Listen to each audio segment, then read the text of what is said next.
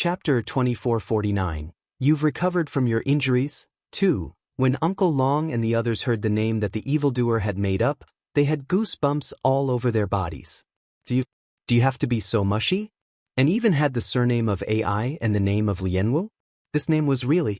Originally, the conversation between the demon and the Phoenix King was already unbearable enough for them. Now, he gave himself such a name. Wasn't he deliberately trying to make them vomit out their breakfast and lunch?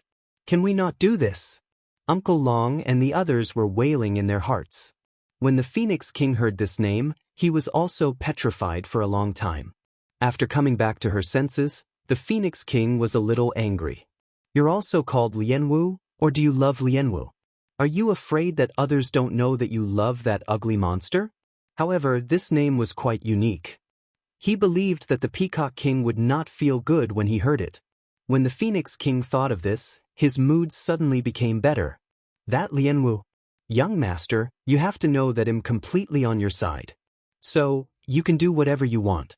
I don't dare to say it in other places, but in the Phoenix territory, I have the final say.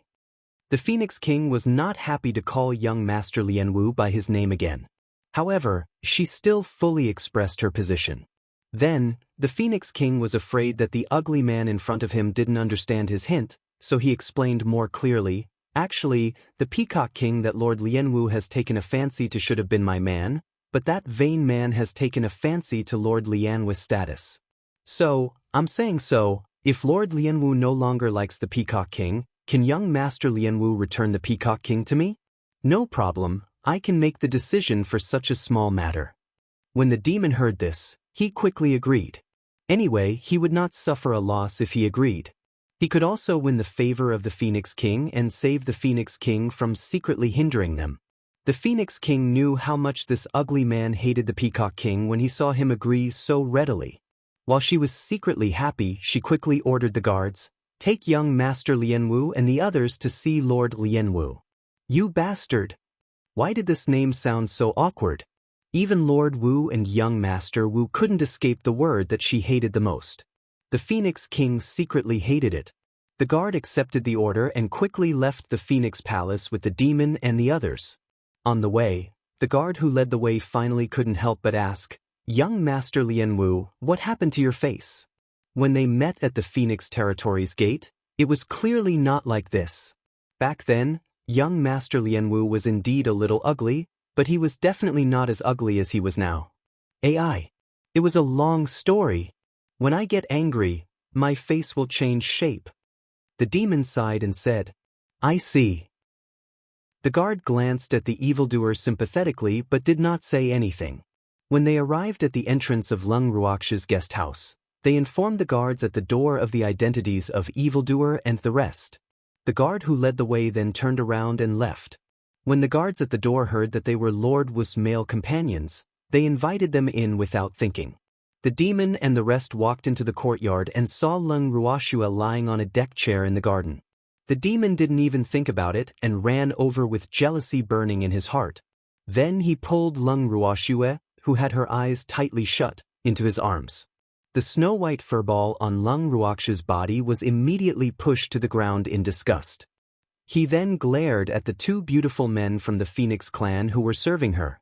The two beautiful men of the Phoenix clan felt extremely aggrieved when they were glared at by those sinister and cold eyes. They had clearly not done anything. Why did he have to receive such treatment? At this moment, Lung Ruoxue opened her beautiful eyes. When she saw the man who was hugging her, Lung Ruoxue was stunned for a long time. This ugly man was a demon? How many disguise pills did he take? Lung Ruoxue shuddered, but a faint smile appeared on her face. She said gently, You're here. They're here. The evildoer said unhappily. Then he snorted coldly and deliberately avoided looking at Lung Ruoxue. However, the arm that was holding her was still as tight as a rock. Thanks, Ugh. Was he angry? Lung Ruoxue felt a little guilty. At this moment, she was still unaware that someone had already told the demon about her relationship with the Peacock King. She was afraid that the demon would be jealous, so she did not say a word. Hells, if you want to come, then come. Why did you throw me on the ground? A dissatisfied voice rang out. Lung Ruoxue didn't need to guess to know that it was Tsang's voice. You're really too useless. You actually let someone else take advantage of this. Evildoer was filled with dissatisfaction towards Tsang Yi. This guy, wasn't he quite capable when he was competing for his favor? Why did he let Shuer have a peacock king by her side? The more the demon thought about it, the angrier he became, and his gaze towards Azure became sinister and unkind. However, Azure didn't seem to mind and grinned. You can't wrong me. I've always done my job. Is that so? The demon narrowed his eyes and his voice was as cold as ice. When Lung Ruoxue saw the situation and heard the demon's words, she understood everything. She wanted to explain, but when she saw the evil man's unfriendly expression, she felt more and more guilty. So, I didn't do anything. What was she feeling guilty about? Lung Ruoxue was very depressed because of this. Was she a henchman? Lung Ruoxue's heart sank. Uncle Long and the others had already seen through the situation. They secretly looked for a safe place to avoid being affected by someone's anger. This was clearly the rhythm of settling scores. They had to be on guard. At this moment, Lung Ruoxue and the rest heard the demon's roar. Who is the Peacock King? I am. Yes, the Peacock King replied softly when he heard someone calling him. Although he didn't know who this man was, he felt that this man was not kind no matter how he looked. At this time, he still didn't completely realize that the other party was here to find trouble with him. It was only when the demon grabbed the Peacock King by the collar and lifted him up that the Peacock King finally reacted. This guy was here to pick a fight with him. He didn't even see how she came to his side. My dear, save me. The Peacock King could clearly sense a certain man's anger. His heart trembled as he sought help from Lung Ruoxue. As they were in the Phoenix clan's territory, the Peacock King naturally addressed Lung Ruoxue as my dear. When the demon heard these 3 words, his anger rose even more. When Uncle Long and the others heard these 3 words, they also cried out in their hearts. It's over. It's finished. This time he was really finished. Lung Ruoxue could not help but cover her face. This idiot. Didn't he feel any danger? He actually called her darling. Great, now she couldn't help even if she wanted to. Lung Ruoxue gave the Peacock King a good luck look and acted like an ostrich. Seeing this, Peacock King's face was covered in tears. No way. Master doesn't care about me? The Peacock King was heartbroken. Was it being abandoned? There's no need to look at her, she can't even save herself. Seeing the man in his hands looking at Shuer, the demon laughed coldly. Chapter 2450. You've recovered from your injuries? 3. The Peacock King was dumbfounded. Even his master couldn't protect himself? Was this man so powerful? This time, he was even more afraid. However, the demon didn't scare the Peacock King for too long. His fist landed on the Peacock King's beautiful little face. In an instant, the Peacock King let out an ah sound as half of his face swelled up. How tragic! Uncle Long and the others also covered their faces. Following that, one punch after another landed on the Peacock King's face and body. His incomparably beautiful face was the one that received the most greetings. The Peacock King was beaten until he cried out in pain, but he could only be like a little chick, unable to fight back at all. The man was holding him too tightly, and he couldn't break free at all. He could only let the steel-like fist hit his body. The surrounding peacocks saw their king's miserable state, but no one dared to step forward. This man was too terrifying. The peacocks trembled in fear at this bloody and violent scene, while Azure watched with great interest. He knew that this evildoer wouldn't let go of this flamboyant Peacock King. It hadn't even said anything yet. That pretty boy would be beaten up. Song felt great in his heart. The other servants of the Phoenix clan had also seen this, and their faces had turned pale with fear. Their bodies were shaking like leaves in the autumn wind. They could finally leave this scary place and get away from this scary man. After an unknown period of time, the demon finally stopped. The pitiful Peacock King had already passed out. Useless fellow, the evildoer said with a look of disdain. Then he turned his gaze to Lung Ruoxue. My dear, it's your turn. The evildoer's voice was cold as he emphasized the word darling. When Lung Ruoxue heard this, her heart trembled. In the next second, she fell into the evildoer's arms and the two of them disappeared. Damn it, my girl. Seeing the situation, Song was so angry that he roared. Ah! In the face of this situation, Uncle Long and the others felt that it was better not to participate. Then, they came to the Peacock King, who had been beaten up badly. Uncle Long gave the Peacock King a healing pill out of the consideration that they were all beasts. However, it was just the most ordinary kind. If he gave the Peacock King a good one, a certain man would probably attack again when he saw that the little guy's injuries had recovered. Soon, the Peacock King woke up. Feeling the bone-piercing pain in his body, the Peacock King's face was already covered in tears. Was this considered an undeserved calamity?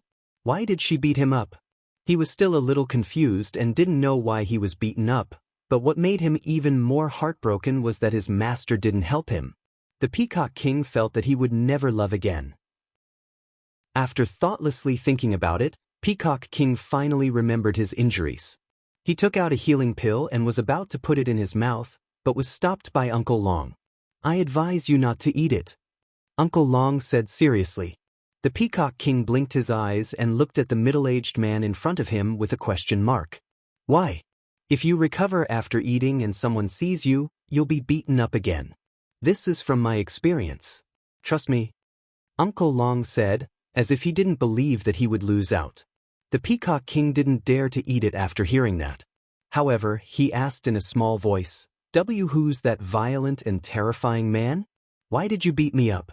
Uncle Long glanced at him sympathetically and concluded that this guy was not the type that Schwer liked. He was too stupid. Couldn't he tell? And he had to make people say it? It's Lord Lianwis, man. Uncle Long stared at the unlucky Peacock King for a long time before he replied in a low voice. Arg. No wonder. The Peacock King finally reacted. So that guy was Master's man. But why did Master's man beat him up? He didn't seem to have offended Master's man, right? Although he had reacted, the Peacock King still didn't realize that he had been beaten up because of a certain boy's jealousy. He also accidentally asked what he was thinking. Hearing the Peacock King's ignorant question, Uncle Long and the others could only sigh to express their sympathy. Stupid. He was really stupid. How dare such an idiot be a mistress? In the end, the Peacock King's pure and innocent expression made Uncle Long unable to bear it any longer, and he kindly revealed the truth to him. The one just now was Lord Lianwis' legal wife, and you are Lord Lianwis' new favorite. What do you think is your relationship? You snatched Lord Lian Wu, so why wouldn't the main character beat you up? Uncle Long's words were very subtle. If the Peacock King still didn't understand, then Uncle Long would have to express his helplessness. After hearing this, the Peacock King smoothed out this seemingly complicated relationship in his heart before coming to a sudden realization. He couldn't help but widen his eyes and explain with an aggrieved expression, Lord Lianwu and I, you don't need to say anything. We already know about the matter between you and Lord Lianwu. Uncle Long quickly interrupted, afraid that the Peacock King would say something wrong. Thanks, however, when the Peacock King heard this, he roared in his heart. You guys don't know. You don't know anything at all. Master and I are not what you think. The Peacock King felt wronged. However, he also knew the severity of the situation. He knew that the Phoenix King had many eyes and ears here, so he naturally did not dare to tell the truth. But it was precisely because of this that he felt more and more aggrieved. How could he not feel aggrieved? The relationship between him and his master was obviously a show for the Phoenix King to see, but he had actually been beaten up. Moreover, from the words of this middle-aged man, it seemed that he would not only be beaten up once. So, this time, he really felt that he would never love again. He was not joking. Looking at the Peacock King's beautiful face, Uncle Long touched his head with sympathy and said, My condolences. You'll be fine once you get used to it. These words made the Peacock King's heart tremble with fear. In the next second, the Peacock King burst into tears. Beating habit? Who would get used to being beaten up? The more the Peacock King thought about it, the sadder he became. When he cried, it was even more earth-shattering. and everything that happened in the guest courtyard was reported to the Phoenix King by the spies. When the Phoenix King heard the news, he was in a great mood. Although the Peacock King's beating made the amorous Phoenix King's heart ache a little, she felt that when the Peacock King saw the ugly man's violent actions a few more times and couldn't stand being beaten up, would he still be afraid that the timid Peacock King would not throw himself into her arms? Thinking of this possibility, the Phoenix King laughed madly again, and his laughter spread far and wide. 3 days had passed. Lung Ruoxue and the demon were nowhere to be seen. Although the Peacock King was curious about where they were, he didn't dare to ask. He didn't want to be violently treated by the little kitten. For the past 3 days, although they were no longer threatened by the violent man, the pressure that the snow-white kitten gave them was not small either. Because the kitten seemed to have reached menopause, with a gloomy face all day long and a frosty air exuding from its body. This also made it so that no one dared to stay around Blue for more than a minute. Uncle Long and the others kept their distance from it to avoid its anger. Song listlessly laid on the deck chair. Suddenly, his small white ears moved and he suddenly raised his head. The next second, he quickly teleported away. Seeing Song's reaction, Uncle Long and the others didn't even need to guess to know that it should be Shui-er and evildoer. Poor Shui-er, she must have made countless unfair conditions in the past 3 days. It had to be said that Uncle Long and the others were right. For the past 3 days, on the surface, the two of them had returned to their room in the guest courtyard. In reality, the two of them had been staying in the purple bamboo house inside the bangle. Other than explaining the cause and effect of her scandal with the Peacock King to the evildoer, Lung Ruoxue had also sacrificed her looks and made many unfair conditions before the evildoer was finally satisfied. So, whenever she thought of her experiences over the past 3 days, Lung Ruoxue would feel so depressed that she wanted to bang her head against the wall. It could be said that she had sacrificed a lot of her looks this time. In the past, the two of them would at most kiss on the lips and touch the places that could be touched. However, this time, other than not doing the last step, the two of them were much deeper than before. However, she didn't seem to be at a disadvantage. Her devilish figure was really not just good. Now, she could still remember the extremely smooth. I can't think about it anymore. Lung Ruoxue put away her perverted thoughts and put on an aggrieved and pitiful look as she followed the demon out of the room. Just as he took a step forward, a snow-white furball pounced into his arms. That furball first glared at the evildoer with hatred, then looked at Lung Ruoxue with tears in her eyes and asked, "Girl, did this guy bully you?" Song wanted this demon to deal with the Peacock King, but he didn't expect that this guy would also bully Nyo. Thus, it had been very worried about Nyo these few days. "No, I didn't." Lung Ruoxue replied guiltily, "Oh, those things shouldn't be considered bullying. You heard it. Why would I bully my own woman?" The demon said with a smile. He was very satisfied with Shui-er's answer. "Don't laugh, it's so ugly." After hearing this, Song saw the smile on the evildoer's face and said unhappily. He couldn't bear to see this guy being so smug. "My woman doesn't even think I'm ugly." The demon reminded.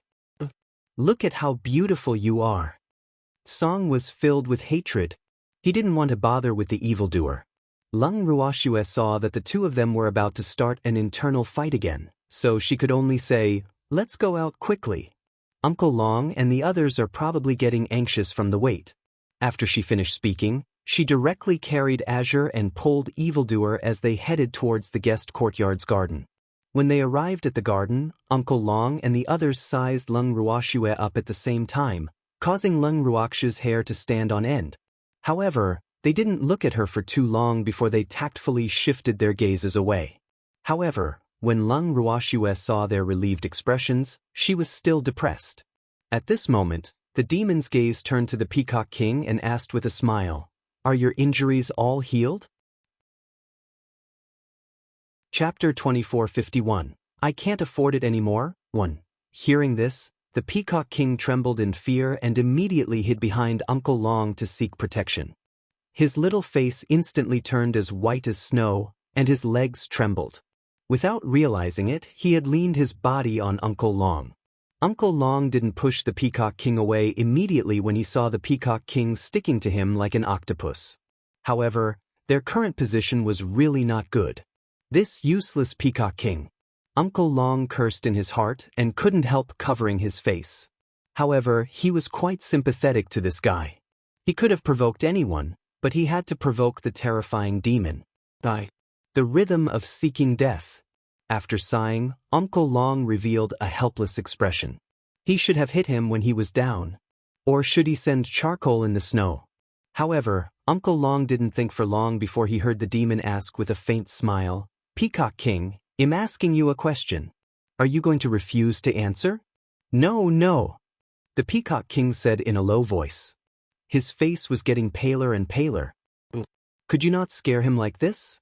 He knew that he was no match for this man. He could not afford to offend this guy. However, why did the other party want to bully him? He was a pitiful, vulnerable group of people, and his master did not help him. The Peacock King truly felt that he was a pitiful child that no one loved. Thinking of this, the Peacock King became worried again, and tears welled up in his eyes. Seeing the Peacock King's pitiful look, the demon remained calm and continued, "Then tell me, have you recovered from your injuries?" "No, it's not done yet," the Peacock King said immediately. "Not done? But why do I feel like your injuries have already recovered?" The demon laughed evilly. "I really didn't. He really didn't. Although my external injuries look fine, my internal injuries are serious. I am going to faint." The Peacock King stammered as he finished speaking. Then, his eyes rolled back and his body went soft. He fell unconscious on Uncle Long's body. When Uncle Long saw this, he couldn't help but feel disgusted. He had been hesitating about whether to hit the Peacock King when he was down, but now he didn't need to. He directly threw the Peacock King to the ground and pretended to dust off his body. He acted like nothing had happened and went back to doing what he was supposed to. He knew that this spineless fellow was not worthy of sympathy. Uncle Long was furious, and the consequences would be severe. Not only was Uncle Long infuriated, even Lung Ruoxue felt helpless when she saw the Peacock King pretending to be unconscious. She never thought that the Peacock King would do such an embarrassing thing, even though it was said that he did it to avoid getting beaten up. However, such a way of doing things was really too spineless. Lung Ruoxue despised him. However, the demon was in a good mood when he saw the Peacock King pretending to be unconscious. He felt that this guy was a potential for shamelessness. If he was properly trained, he would definitely be a good hand if he were to do any bad things in the future. With this thought in mind, the demon directly told Lung Ruoxue that he wanted to put the Peacock King under his name and manage it in the future. When Lung Ruoxue heard this, she didn't dare to disagree. She immediately tried to please him. "What's mine is yours. You don't have to be polite, just use it." These words satisfied the demon. The Peacock King, who was already pretending to faint, actually fainted when he heard this terrifying conversation. Thanks before fainting, the Peacock King was still thinking that he would not have good days in the future. When the Peacock King woke up, he found himself locked in a pitch-black room. He couldn't even see his fingers in the room. Not even a ray of sunlight could enter. The Peacock King crawled up in fear and slowly fumbled around the room. "Is anyone there? Is there anyone there?" Peacock King asked in a low voice with a sad face. However, no one responded to him. At this moment, a gust of wind blew into the room. The Peacock King immediately felt the cold wind and his legs trembled in fear. Where exactly is this place? Why wasn't there a single person? Master, help me." Peacock King sent a message to his master asking for help. "Little Peacock, I'm sorry. I can't help you. The demon wants to train you well, so you should obediently accept his training," replied Lung Ruoxue. After she finished speaking, she immediately cut off the connection between the two of them. When she turned around, she saw the evildoer looking at her. Lung Ruoxue replied honestly, "The Peacock King is asking for help." "I know," the demon said with a smile. That fellow had been locked up by him. What could he hide from him? Furthermore, he had already guessed that the timid fellow would ask Schwer for help. In fact, if the Peacock King did not ask Schwer for help, he would have felt that something was wrong. How long do you plan to keep him here? Lung Ruoxue was a little speechless. The demon had imprisoned the Peacock King under the pretext of training his courage. However, no matter how Lung Ruoxue looked at it, she felt that this fellow was taking this opportunity to take revenge. He'll let him out when he's not so timid. The demon promised. He then changed the topic and asked, "My dear, when are we leaving the Feng clan?" The moment she heard the word darling, Lung Ruoxue felt goosebumps all over her body. So, is he trying to remind me that I've done something wrong? That was clearly an act. However, she knew that the evildoer was very possessive, so she naturally did not dare to have any opinions. Instead, she looked at him fawningly and said softly, "When the Phoenix King is willing to let us go, we will leave." "I see. Then he'll go find her now and ask her to let us go." After the demon finished speaking, he really stood up and walked out of the door. Lung Ruoxue wanted to follow him when she saw him, but after thinking about it, she felt that it was better for her to stay in the guest courtyard and wait for news. Otherwise, if the Phoenix King saw her, he might get angry again. Even though Lung Ruoxue did not want to join in the fun, the people in the courtyard were not easy to deal with. Their personality of wanting the world to be in chaos had determined that they would not let go of any fun. Hence, the moment the demon left, they immediately followed. Even the peacocks followed. In the blink of an eye, Lung Ruoxue was the only one left in the huge courtyard. However, Lung Ruoxue was very calm. She really did what she had to do. The demon left the guest courtyard without any obstructions and went straight to the Phoenix Royal Palace. When the guards at the entrance of the Royal Phoenix Palace saw the demon, they were all so frightened that their livers trembled. Why did this violent fellow come? What do you want to do?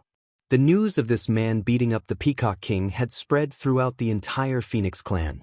Although they didn't think that this man would beat them up for no reason, they still had to be careful. Glancing at the guards who turned pale after seeing him, the demon laughed in his heart. It seemed that his bad reputation had spread these few days. However, this was good, so that no one would dare to have any ideas about Shuer. The demon at this moment still treated Lung Ruoxue as a country-toppling beauty. She had never thought that after Lung Ruoxue had changed her appearance, how many men would be interested in her. However, no matter what, Shuer was the most beautiful in his heart. Chapter 2452. I can't afford it, too. After a few light coughs, the demon forced out an ugly smile and said, "I want to see the Phoenix King. Please pass the message." "Please wait." When the guard heard that she was not here to cause him trouble, he immediately ran away. A few minutes later, the demon was invited into the Phoenix King Palace. The Phoenix King, who was sitting on the throne, didn't know why this ugly man had come to find her. However, in order to win him over, the Phoenix King still revealed a beautiful smile and said in a tender voice, "Is there anything important for young Master Lianwu to look for me?" "There's nothing important. I just want to ask when we can leave this place. God Lord Rhyme is still waiting to marry Feng Xiu. If we let her wait anxiously and come to our door personally, the consequences will be beyond our expectations. Besides, there are so many of us, and the amount of food we eat every day is not small. I heard that the Feng clan was robbed a while ago, so, reasonably, I think the Feng King should let us go as soon as possible. Otherwise, I'm really afraid that we will eat your Feng clan until you're poor." Among us, there are quite a few big eaters," the demon said worriedly. He even had an expression that said him doing this for your own good on his face, which made the Phoenix King unable to vent her anger. The Phoenix King couldn't deny that raising these guys for nothing was a big pressure for the Phoenix clan. However, letting Lianwu leave just like that made her feel uncomfortable. After thinking for a while, the Phoenix King sighed and said, I also want to investigate the theft case as soon as possible so that I can let you leave, but I don't have any clues at the moment. Moreover, I also need Lord Lianwu to assist us in the investigation, so I'm afraid you'll have to stay in the Feng clan for a few more days." "How long do we have to stay?" the demon asked. "After Lord Lianwu is cleared of suspicion, I will let you go," the Phoenix King said through gritted teeth. Originally, she had a good impression of this evildoer, but now, because of the ugly man's relentless pursuit, It had completely disappeared without a trace. Now, all she could think about was, why was this guy as annoying as Lien Wu? However, she was still hoping that this man would cause trouble for the Peacock King. So, even if she hated him, she would not show it too obviously. However, the demon was not a fool. How could he not hear the displeasure in the Phoenix King's words? I don't know how the Phoenix King is going to clear my lord of suspicion? Interrogation? The demon asked curiously. I can't disclose it. The Phoenix King said with hatred. How could she not want to? However, as long as she thought of that ugly woman's identity, she had to be careful. Otherwise, if that bitch Wu Xian really blamed her, then the one who would be slapped in the face would be her. More importantly, she knew very well that if they were to really interrogate him, Lien Wu would not cooperate. And she didn't think of a good excuse. When she thought of this, the Phoenix King was extremely conflicted. Since it's inconvenient to disclose, then I won't ask. However, I hope that the Phoenix clan can be more efficient. My lord and I are in a hurry to return to attend God Lord Fogripple's wedding. I hope the Phoenix King can understand our urgency. The demon laughed. Understand Myas? These words infuriated the Phoenix King. However, she had to smile and reply, don't worry, I'll hurry the people below. Then I'm relieved. Goodbye. After saying that, the demon stood up and left. As soon as he opened the door of the hall, he saw Uncle Long and the others blocking the door. They were all here to eavesdrop. Thanks, however, he didn't mind. Let's go back. The demon said as he glanced at Uncle Long. Uncle Long and the others nodded. Seeing the demon's serious expression, they all thought that he was in a bad mood, so they obediently followed him back to the guest courtyard. At this moment, Lung Ruoxue, who was lying on the deck chair and basking in the sun, did not ask anything when she saw that everyone had returned so quickly. She only instructed the Phoenix clan's attendant beside her, let's go get some more food. We're all hungry. Yes. The Feng attendant was helpless. These people had already eaten a lot today. Why were they hungry again? He couldn't understand how these guys could eat so much. At the rate they were eating, it wouldn't be long before the entire Feng clan became poor. Normally, the members of the Phoenix clan rarely ate. After all, as cultivators, they would never feel hungry. They ate more to satisfy their appetite. However, these guys kept saying that they were hungry. This made the attendant a little uncomfortable.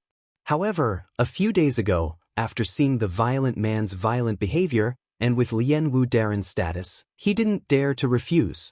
Very quickly, the Phoenix clan's attendant brought food over. However, the amount of food was not as much as Lung Ruoxue had expected.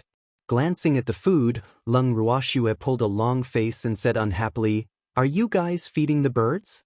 We're humans, we have big appetites. How can this little bit of food be enough?" The butler only gave this much. He said that it was a limited amount and that we can't take too much at a time to avoid wasting it. The Feng clan attendant observed Lung Ruoxue's reaction as he spoke carefully. Afraid of wasting? Since when did the Feng clan know how to live so well? A few days ago, I even saw the Phoenix King eating and drinking in his own palace. Don't tell me this is discrimination. I'm telling you, I'm one of God Lord Fogripple's men. You must treat me like how the Phoenix King does. Lung Ruoxue deliberately picked a fight. That's right. Why can the Phoenix King eat and drink to his heart's content, but we can't even eat? Don't forget, we're the guests of the Phoenix King. Is this how the Phoenix clan treats their guests? When Uncle Long heard Lung Ruoxue's words, he went along with her and joined in the fun. Such a good opportunity to show off, of course, could not be missed by the peacocks who had been oppressed for a long time. After being freed, they were eager to see the world in chaos. They shouted in unison, "We want to eat. We want to eat our fill. You can't abuse us. Otherwise, if word gets out, who would dare to come to the Feng clan as a guest?" Hearing these words, the servant of the Feng clan broke out in a cold sweat and almost knelt down in front of them. How could these people be so boisterous? It was really too detestable. With a sad face and a choked voice, the servant took a few deep breaths to calm himself down, then said with a pitiful voice, This has nothing to do with me. It's the butler's rule, I can't do anything about it. Forget it, we won't make things difficult for you, but you have to run a few more errands for us. Lung Ruoxue said with a smile, no longer putting on a straight face. But looking at the smile on her face, the attendant was very worried. If Lord Lianwu was angry, he would be unlucky. But if Lord Lianwu laughed, he felt that he would be even more unlucky. Moreover, could he ask what it meant to run a few more errands? However, before he could ask, Uncle Long answered his question, "That's right, since you've limited the number, then you should make a few more trips. Just tell them that we finished eating, and we'll go get some more food." Chapter 2453, I Can't Afford It Anymore, 3. After Uncle Long finished speaking, he sent the servant away with a long face.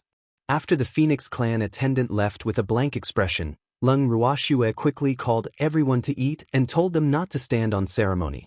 When the Phoenix Clan attendant returned and placed down the food that he had brought back, he was sent to get more food again.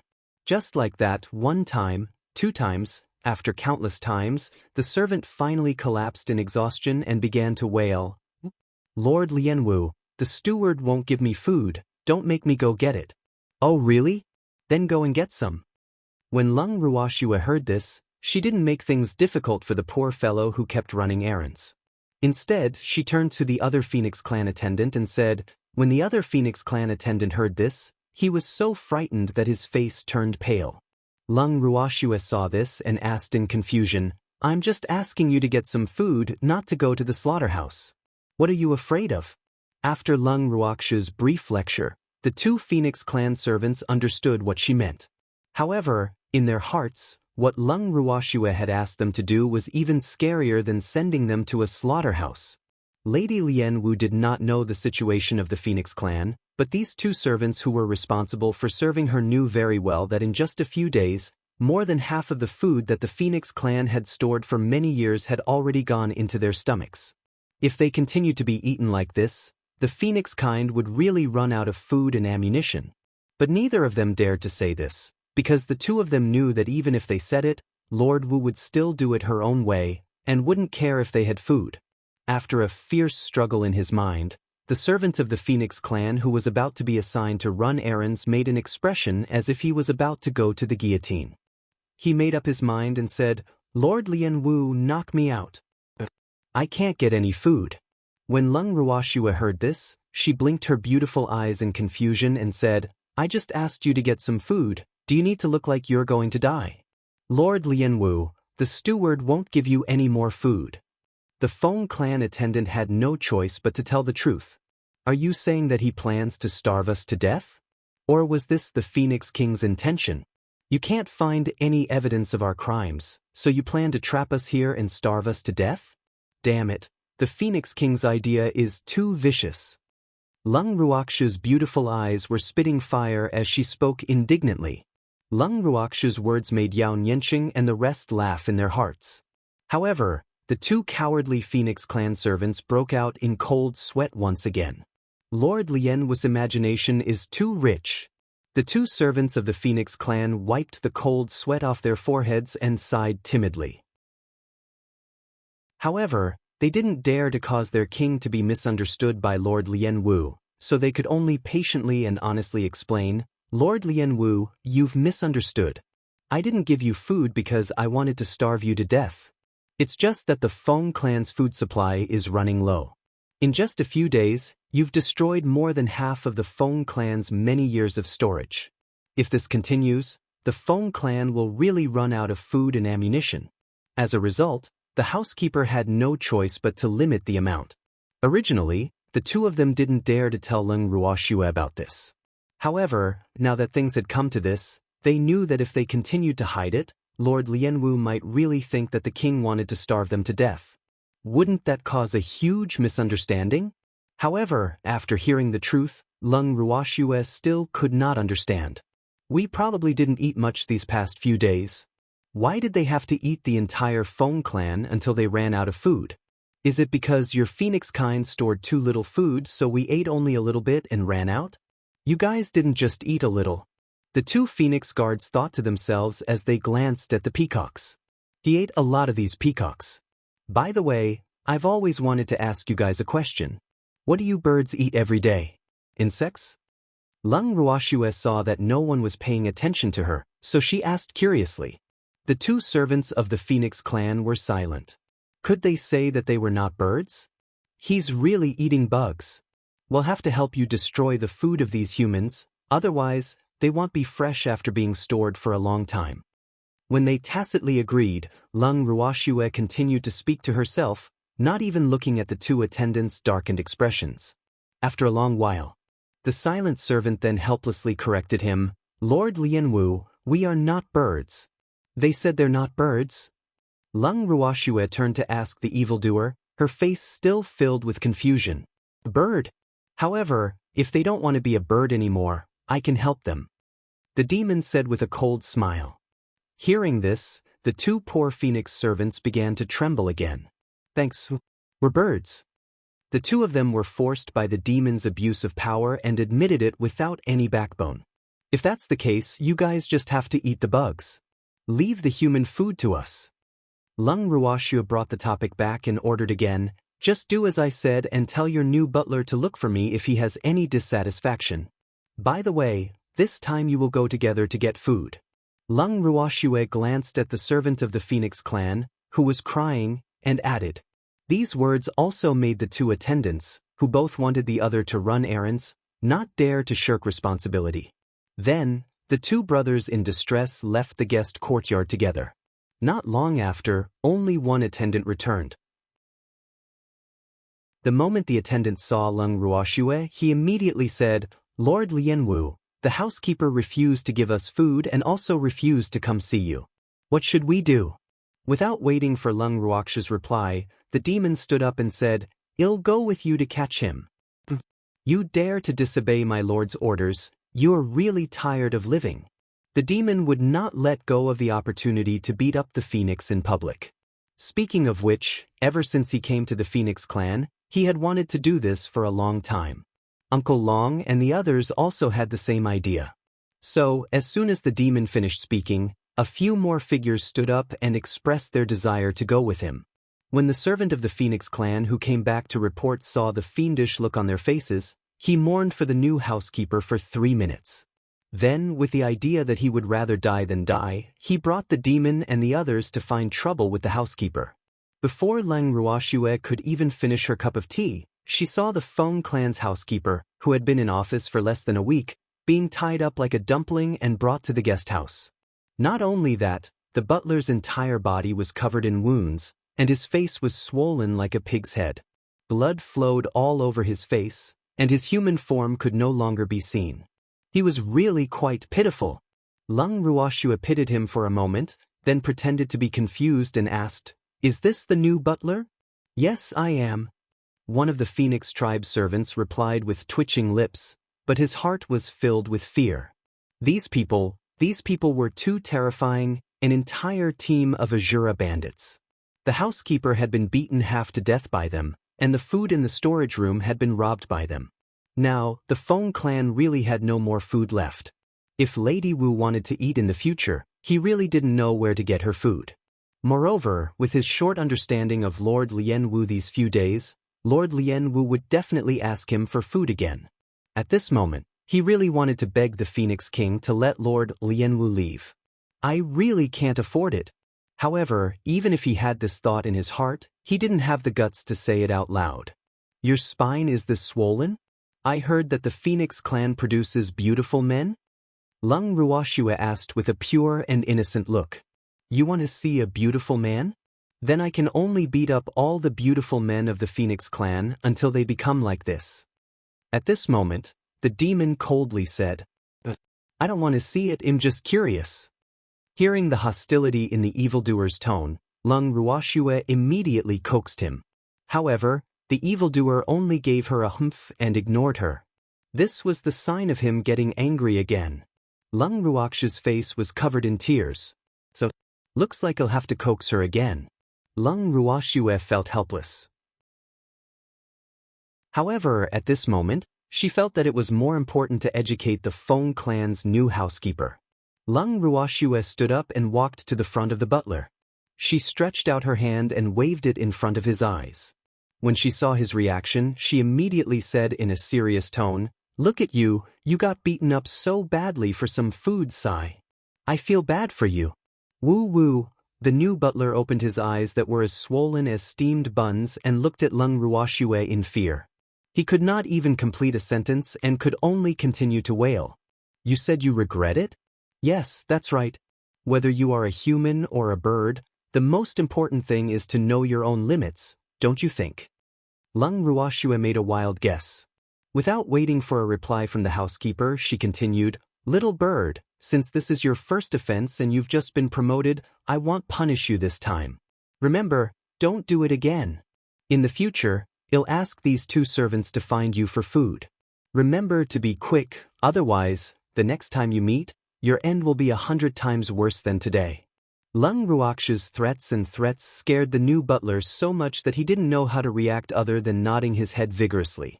He was afraid that if he agreed too slowly, he would be treated violently again. So, he was really scared of being beaten up. Seeing that the butler had agreed, Lung Ruoxue did not make things difficult for him. She immediately untied him and let him go. The moment he was untied, a certain butler immediately ran away without a trace, as if he was being chased by an evil ghost. Looking at his speed, Uncle Long was deeply regretful. The beating was too light. He should be unable to run. A certain housekeeper who had been beaten up miserably after obtaining his freedom did not care about healing his injuries at all. Instead, he ran directly to the Phoenix King Palace. Before the Phoenix King could inform him, he immediately shouted at the top of his lungs outside the door, "King, let those demons go." Chapter 2454. The Caring Uncle Long One. When the guards outside the door saw the new butler's miserable appearance, they all felt some sympathy for him. Back then, when he had just taken over the previous butler's job, many of his clansmen were envious and jealous of him, thinking that he was just lucky. However, at this moment, no one would think that way. Because all the clansmen already knew that being a housekeeper was a job that could endanger one's life. This time, a certain butler's position could finally be secured. The Phoenix King, who was sitting in the Phoenix King Palace sulking by herself, was shocked when she heard the howl that suddenly entered her ears. "What are you howling for? Can't we talk things out? Hurry up and get in here." The Phoenix King held his forehead and said in an unpleasant tone. The door of the Royal Phoenix Palace was pushed open, and a housekeeper rushed in anxiously. He was not careful and tripped over the high threshold. He rolled in like a ball and directly rolled to the feet of the Royal Phoenix. Seeing this, the Phoenix King was disgusted. However, this housekeeper was promoted by her, so she had to endure it no matter how dissatisfied she was. Otherwise, it would be a slap in her face. At this time, a certain butler, who was seeing stars in front of him, raised his head and looked at his king with snot and tears in his eyes. He was about to start howling when the Phoenix King spoke first. The Phoenix King's face was filled with disbelief as she exclaimed, "What happened to you?" She hadn't heard that her butler had been beaten up, so when she saw her butler's appearance, she, who wasn't prepared for it, was shocked. The king was beaten up by those evil demons. The butler's body trembled as he spoke of his tragic experience with a choked voice. When the Phoenix King heard this, he was furious. Standing up, the Phoenix King wanted to get back at his housekeeper. However, the housekeeper was already scared out of his wits. He did not dare to let the king settle the score with those fierce and brutal people. He hugged the Phoenix King's legs tightly and wailed in pain, "My king! You can't go. Those guys were too brutal, they were not human at all. Don't you go and provoke them. You're a mid-tier pillar of our Phoenix kind. If you'll disappoint our people." The butler didn't dare to make his words too clear, otherwise, the king would probably beat him up. What he meant was, "King, you might not be a match for those people. Those people were very despicable and used to using some tricks and schemes. They were no match for them, the simple-minded members of the Feng clan." Why was he not optimistic about the Phoenix King? He mainly felt that the Phoenix King had to consider his status, so that he would not be like those despicable guys who would gang up on him. In this way, his quality would be reflected.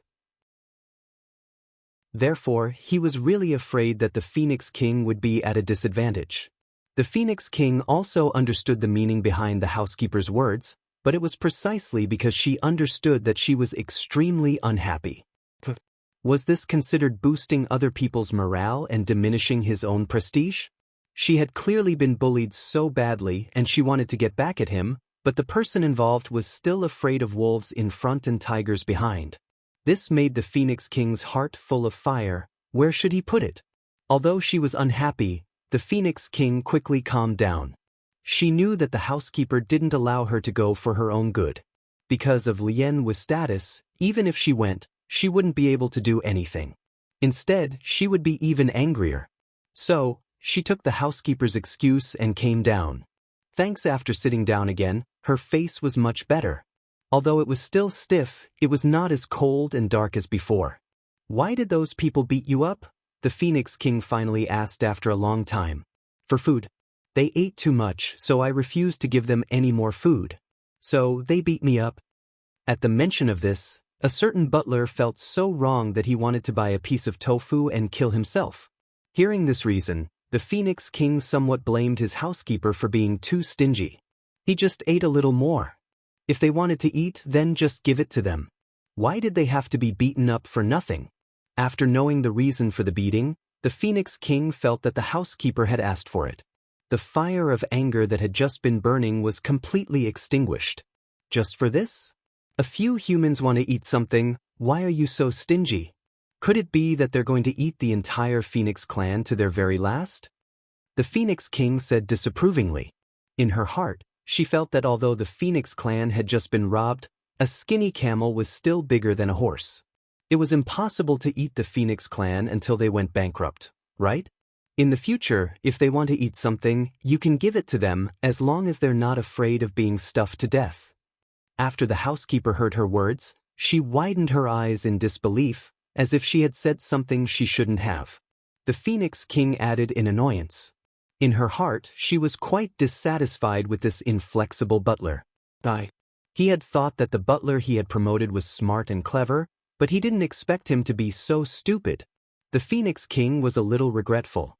However, when the housekeeper heard the Phoenix King's words, he immediately cried out that he had been wronged. He hurriedly explained, "Your Majesty, they've already eaten us poor. I don't have any more food to give them." In just a few short days, more than half of the food stored in our Phoenix clan storage was destroyed by them, and the remaining food was taken away by those vicious bastards. Our Phoenix clan doesn't even have a single fruit left. What? Hearing this, the Phoenix King stood up from her seat. Did she hear it wrong? Could those people really eat that much? The Phoenix King was skeptical, but judging from the butler's appearance, he didn't seem to be lying. Besides, there was no need for him to tell such a lie. After all, food was not worth much to the Phoenix clan. Your Majesty, quickly chase those people away. I really can't afford to support them. The butler briefly retold what had happened and finally suggested that he did not want to see those hateful and terrifying people anymore. He was scared of being beaten up. No! The Phoenix King refused without even thinking. What a joke! She hadn't even interrogated Wu properly yet. How could they just let them go? In that case, where would she put her face as the Phoenix King? King, they eat too much, we can't afford to raise them. Moreover, those people especially like to cause trouble, and maybe tomorrow. We have to be on guard. These people will definitely be a huge threat to the Phoenix clan. We can't let them stay. The housekeeper's words were very subtle, but the Phoenix King was not moved at all. Although she knew that Lien Wu and the others would not obediently stay in the guest courtyard, she could not convince herself to let them go just like that. You go and do your job as usual. If they have any requests, report to me immediately. The Phoenix King ordered after thinking for a while. Yes. Seeing that Wang had made up his mind, the butler knew that there was no point in saying anything more. At this time, he really envied the former head butler who had left home. He was the one who had foresight.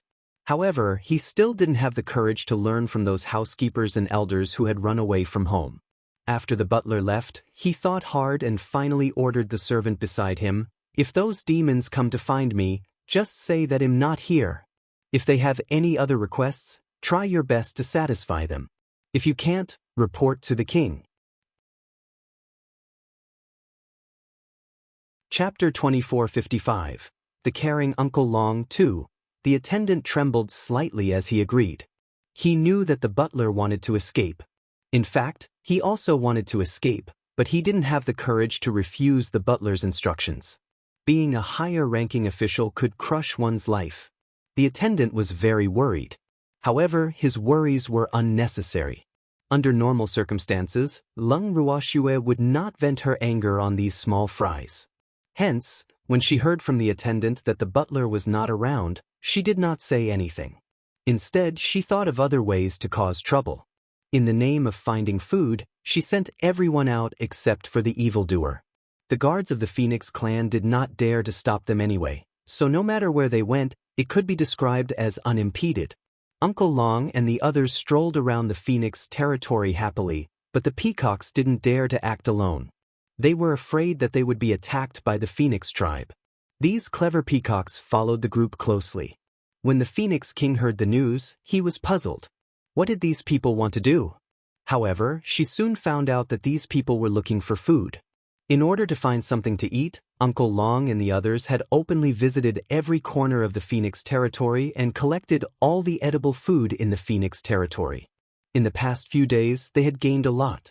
Looking at the table full of prey, Lung Ruoxue praised Uncle Long and the others. The two Phoenix clan servants who were listening by the side were speechless and didn't know what to say. Now, not only was the Phoenix territory barren, but even some low-level small beasts had become the food of these guys. Were too cruel. Although the two attendants thought so, they did not dare to say it out loud. Otherwise, if these people were to become angry and eat them as food, wouldn't it be a tragedy for them? Their only hope now was that these people could leave quickly. Unfortunately, while their wishes were beautiful, reality was cruel. Without the Phoenix King's order to leave, Lung Ruoxue and the rest did not dare to leave on their own. This was also a phrase that Lung Ruoxue often said. Every time the two attendants heard Lung Ruoxue say this, they could not help but twitch their lips. It didn't matter if the food was gone. There was still wine.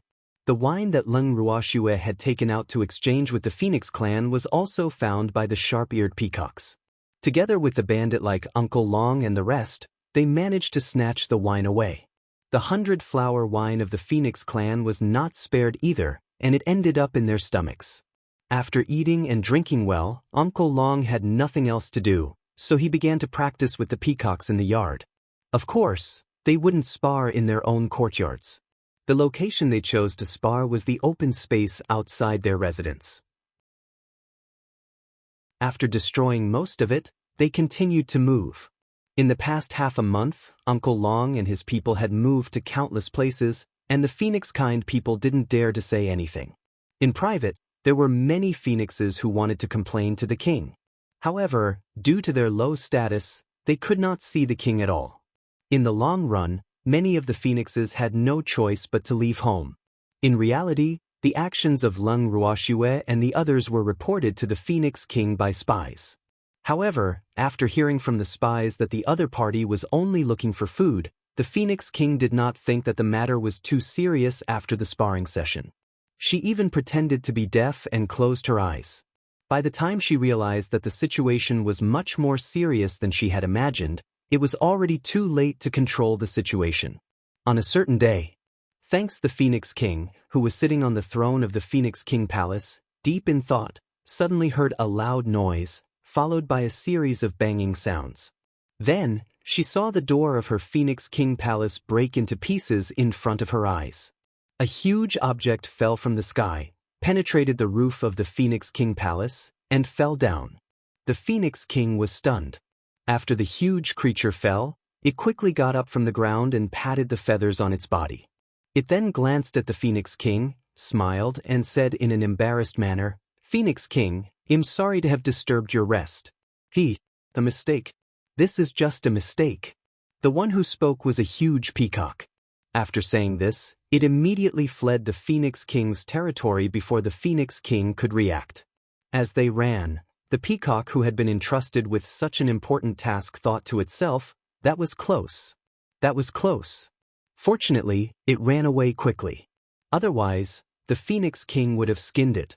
The Phoenix King only came back to her senses after the peacock had escaped. She looked at her door and then at the huge hole in the roof. Her face darkened. She was sure that the peacock did it on purpose. Just as the Phoenix King was thinking about this, he heard a squeaking sound coming from somewhere. The Phoenix King was confused, not knowing where the sound came from. Immediately, the entire palace began to shake violently. When the Phoenix King saw this, her face turned pale with fright. She quickly teleported away from the throne and went outside the palace. When she stood still and turned her head back, she saw with her own eyes that her magnificent golden palace had collapsed with a bang. This scene instantly caused the Phoenix King's face to darken even more. The anger in her heart also shot up to the top of her head, and she could not control it at all. Damn it! It must be the work of those peacocks. The Phoenix King was so angry that he wanted to cut those peacocks into 1,000 pieces. At this moment, the guards of the Phoenix clan who had heard the noise and rushed over saw that the royal Phoenix Palace had collapsed. Their faces turned pale, and they were at a loss. Finished. This time, the king would definitely be angry. The guards thought with fear. In the end, some of the smarter guards rolled their eyes and pretended to faint. With the help of the guards all reacted and fainted one by one. Seeing this, the anger in the Phoenix King's heart grew a little more, but now was not the time to settle accounts with these guys. You're lucky. The Phoenix King thought to himself with hatred. Then, the Phoenix King disappeared. When she reappeared, she was already in the guest house where Lung Ruoxue was staying. At this moment, the guest courtyard was filled with laughter and cheers. The peacocks surrounded Lung Ruoxue, each of them recounting their achievements. Linwu, what a good thing you've done. Seeing them like this, the Phoenix King's anger grew even more and he couldn't bear it anymore and shouted at the top of his voice. The Phoenix King's words contained a hint of pressure. When the peacocks heard this, their faces immediately turned pale and their bodies began to tremble. As birds, the Phoenix clan's suppression of the Peacock clan's bloodline was quite obvious, and it was not something that the Peacock clan could resist. But after that, the peacocks felt the pressure on them lessen. They knew that it was the little kitten who had helped them. After giving the snowy white kitten a grateful look, the peacocks tried their best to lower their presence. A battle of this level was not something they could participate in. The peacocks were well aware of this. Chapter 2456, The Caring Uncle Long, 3. At this moment, Lung Ruoxue glanced at the furious Phoenix King and asked indifferently, Phoenix King, what have I done? You let these peacocks smash my Phoenix royal palace. The Phoenix King gritted his teeth so hard that cracking sounds could be heard. He really wanted to go up and bite Lien Wu a few times. This woman was really too hateful. There's such a thing? Lung Ruoxue blinked her clear and beautiful eyes innocently. She turned around and asked the peacocks, Did you smash the Phoenix King's main hall? No, my lord. We've always been law-abiding. Why would we do such a thing? A peacock acted as the representative and immediately said. After Lung Ruoxue heard this, she turned to the Phoenix Prince and said, Phoenix King, you heard that. It wasn't my peacocks who did it, so don't accuse me. Otherwise, I'll complain to God Lord Fogripple. You still dare to quibble? I saw it with my own eyes. How could it be fake? When the Phoenix King saw that the damned Lien Wu and those lowly peacocks dared to renege on their debt, her anger immediately turned into a sea of fire. However, in the face of the shameless Lien Wu, who was like a knife cutting through meat, no matter what she said, it would not hurt. She really did not know what to do. In the past, because of her identity, no one in the divine world, be it the Beast Clan or the Human Clan, dared to treat her like this. After she successfully usurped the throne, everything had been smooth for her and basically no one dared to disobey her. However, ever since she got to know Lien Wu, the Phoenix King helplessly discovered that her quiet and smooth life was gone forever. During this period of time, she had been living in depression and grievance every day. She had nowhere to vent her anger, And all of this was because of this hateful woman in front of her, who had an extraordinary identity. Although the Phoenix King really wanted to teach Lien Wu a lesson, when she thought of her current situation, the rumors in the divine world, and the potential threat that Leng Ruoxue posed, she had no way and could not do anything to this woman. At present, she really needed Wu Chen's support. Because of this, the depression in her heart slowly piled up into a mountain. Even now, she still did not know what to do with this hateful woman. The elders who could give her ideas had all run away from home. Some of them were in closed-door cultivation and couldn't come out no matter how she called them. Thinking of all this, the Phoenix King was extremely conflicted. Leng Ruoxue could feel the Phoenix King's unpredictable thoughts, but she still smiled calmly. Phoenix King, as the saying goes, catch the thief and take the stolen goods. You said that your Phoenix King palace was destroyed by my peacocks, but do you have any evidence? You can't possibly accuse me of stealing the Phoenix clan's treasure vault a while ago, and now you're accusing my peacocks of smashing your Phoenix royal palace. Do they have the guts to do that? Leng Ruoxue's face was filled with disbelief. When the Phoenix King heard these words, her eyes widened and she said, "Didn't I say I saw it with my own eyes? I saw with my own eyes that a peacock fell from the roof of the Phoenix King palace and smashed a huge hole in my palace. How could this be fake? It's hard to say." Leng Ruoxue pursed her lips. It was obvious that she did not believe the Phoenix King's words. "You don't believe me?" When the Phoenix King saw this, he could not help but shout at the top of his lungs. "You think I should believe you? Phoenix King, you're the king of the Divine Beast clan, one of the 4 great kings of the divine realm. If there really was a peacock that smashed your Phoenix King palace, would you let it go instead of catching it?" "I don't know when the Phoenix King became so kind," Leng Ruoxue asked with a smile. The Phoenix King was dumbfounded. Was she the one who wanted to let the peacock go? It was clear that the peacock had run too fast, and she was too surprised to react. But she didn't want that damn woman Lien Wu to know about this, otherwise, wouldn't it give that woman another reason to laugh at her? The Phoenix King was at a loss. He didn't know what to say to refute her. Alright.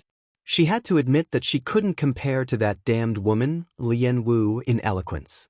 In terms of shamelessness, she also couldn't compare to her. At this moment, the depression in the Phoenix King's heart suppressed her anger, making it impossible for her to vent the anger in her heart. Feeling the smell of blood in her mouth, the Phoenix King swallowed a few times and suppressed the qi and blood that was surging up. Then, she glared at her eyes that were spewing fire and said through gritted teeth, "All of you, leave now. Immediately. I don't want to see you guys again." After the Phoenix King finished speaking, he found a place to continue sulking. She looked down on her own aggrieved look, but the other party was from Rime Ice. What else could she do if she didn't compromise? Could it be that he really became enemies with Fog Ice? This was definitely not the time. After the Phoenix King left dejectedly, the peacocks immediately cheered. Their gazes towards Leng Ruoxue were filled with deep admiration. Master is really too powerful, making the Phoenix King suffer in silence and unable to reason with anyone, and also not daring to get angry at them, hee. The peacocks were proud and pleased. They were even more determined to follow Leng Ruoxue's footsteps. If their master told them to go east, they would never go west. If their master told them to catch birds, they would never catch chickens. With this thought in mind, these peacocks became Leng Ruoxue's most loyal lackeys. Under Leng Ruoxue's lead, they walked towards the direction of the black-hearted peacocks and went all the way to the black. "Let's go!" Leng Ruoxue gave the order. Surrounded by the peacocks, Leng Ruoxue and the rest swaggered out of the Phoenix clan. Thanks, however, they did not leave the Phoenix territory immediately. Instead, they returned to the peacock tribe first. After bringing Feng Xiu's family of 4 and the peacocks who stayed behind, they slowly walked out of the Phoenix territory. Of course, before she left, Leng Ruoxue did not forget to abduct the 2 servants from the Phoenix clan who had been in charge of serving them. Initially, the 2 servants did not want to leave with them. However, they were moved by Leng Ruoxue's words. "Will you have a good life if you stay here?" The 2 servants of the Phoenix kind agreed. After offending the new housekeeper, they would definitely be taken advantage of to take revenge. In addition, the Phoenix King Palace had been destroyed, so the king might even blame them for not reporting it. With so many things mixed together, if they didn't want to leave with Lord Lian Wu, they could only wait to be punished. Under the Phoenix King's rage, it was possible that he would lose his life. Although they were not strong, none of them were willing to die. Hence, a simple sentence from Lung Ruoxue was enough to lure the two of them away. After confirming that they had really left, the members of the Phoenix clan cheered in joy. Of course, Lung Ruoxue and the others were unaware of this. At this moment, they were strolling along the road. Ever since they had left the land of demons, Lung Ruoxue felt that she had gained a lot from this trip. Hence, on the way back, she was in a great mood and even pulled the demon and the rest along to tour the place. Her days were really carefree. Along the way, Feng Luo, who had never left the Phoenix territory, felt that everything he saw was new and interesting. When it came to playing, he was even crazier than Lung Ruoxue. However, Lung Ruoxue had a good impression of this little phoenix, so she indulged him.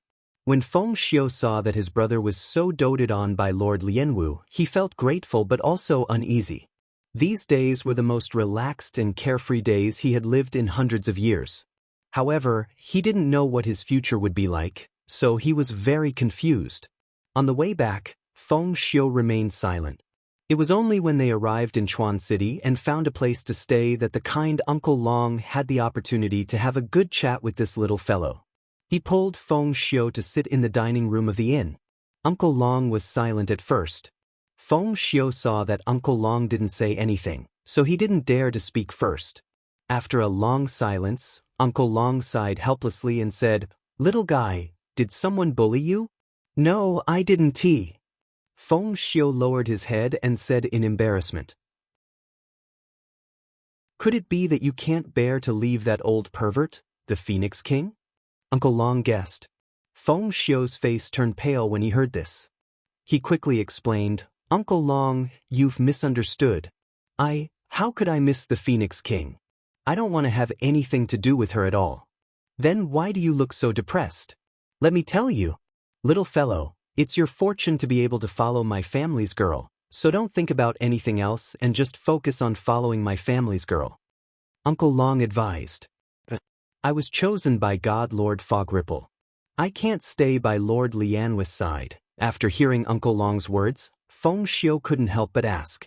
If he could choose, he really wanted to only follow Lord Lianwu. He didn't want to use his body to please others. It was a huge insult to any man with a backbone. Previously, he had no choice but to feign civility with the Phoenix King for the sake of his family.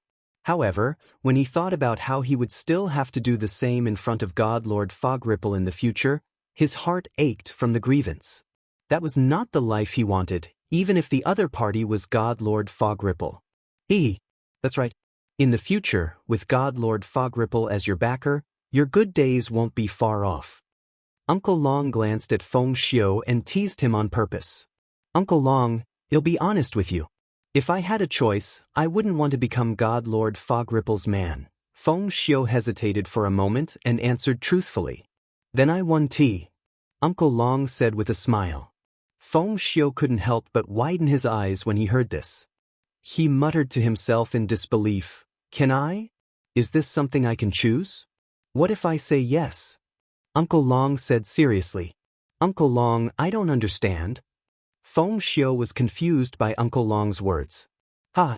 Silly boy, do you really think we're from Rime Ice?" Uncle Long said with a smile. He found it quite interesting to see Feng Xiu's expression change from confusion to shock. Chapter 2457, Cellmate with a Glass Heart, 1. Feng Xiu's eyes widened when he heard this. He looked at Uncle Long in shock and confusion. He didn't hear wrong, right? Did Uncle Long just say that they were not God Lord Fog Ripple's men? Uncle Long, Feng Xiu wasn't too sure. After calling Uncle Long, he stared at Uncle Long with wide eyes, as if he was asking for an answer. Uncle Long looked at Feng Xiu's shameless expression and smiled happily. He continued to lower his voice and said, "We're not people from Rime Ice." "Then who are you?" After confirming it, Feng Xiu asked in shock. At this moment, if he still didn't know that he had been kidnapped, he would be too stupid. At this moment, he was very eager to know who had abducted him. What was the other party's goal? Would it cause harm to his family? Although he was full of questions, he guessed that the other party wanted him to recognize him as his master. As for his family, they would not be able to escape. However, no matter what, it was still better than staying by the Phoenix King's side and continuing to be her male pet, or even losing her life. Feng Xiu was relieved when he thought about it this way. My family's little girl is Leng Ruoxue. Uncle Long didn't beat around the bush when he saw that the kid had finally asked. Leng Ruoxue. Is it the Leng Ruoxue that I've heard of? Is it that Leng Ruoxue who has a grudge against God Lord Rhyme? After Feng Xiu heard this name, he was shocked and threw out a series of questions. Uncle Long was very patient. He answered them one by one and nodded. Not bad. It's that Leng Ruoxue.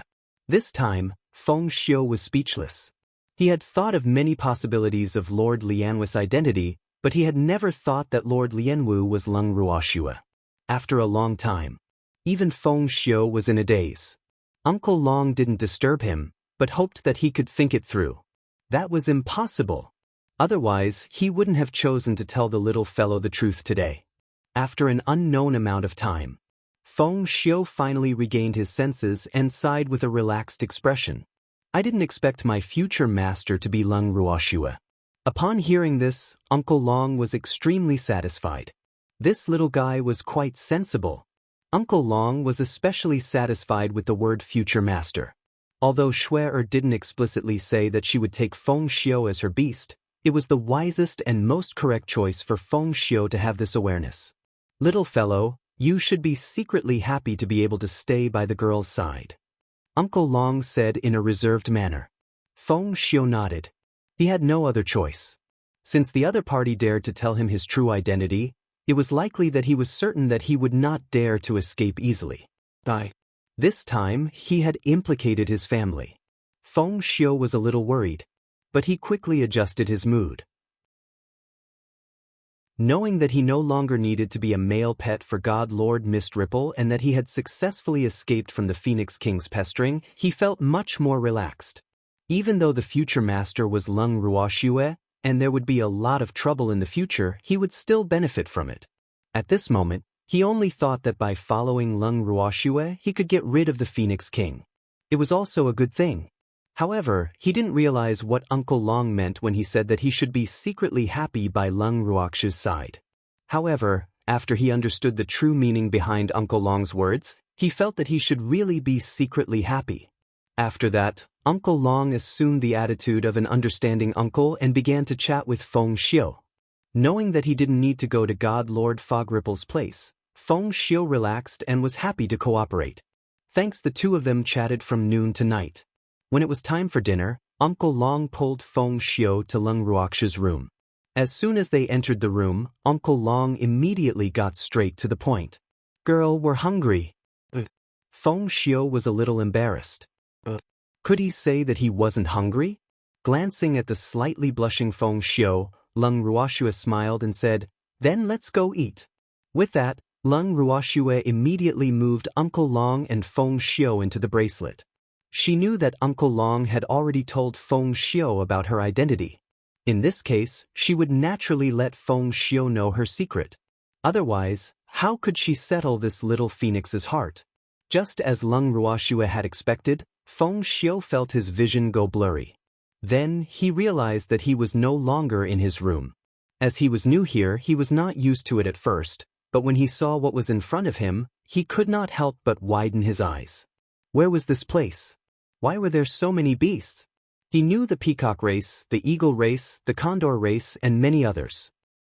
This was definitely not the phoenix territory. In just a short moment, Feng Xiu's mind was in a whirl. The expression on his face changed from the initial shock and disbelief to extreme calmness. As for the other beasts, they were also surprised for a moment when they saw Feng Xiu. However, they regained their senses before Feng Xiu and went back to their own business. Little guy, let's go and eat.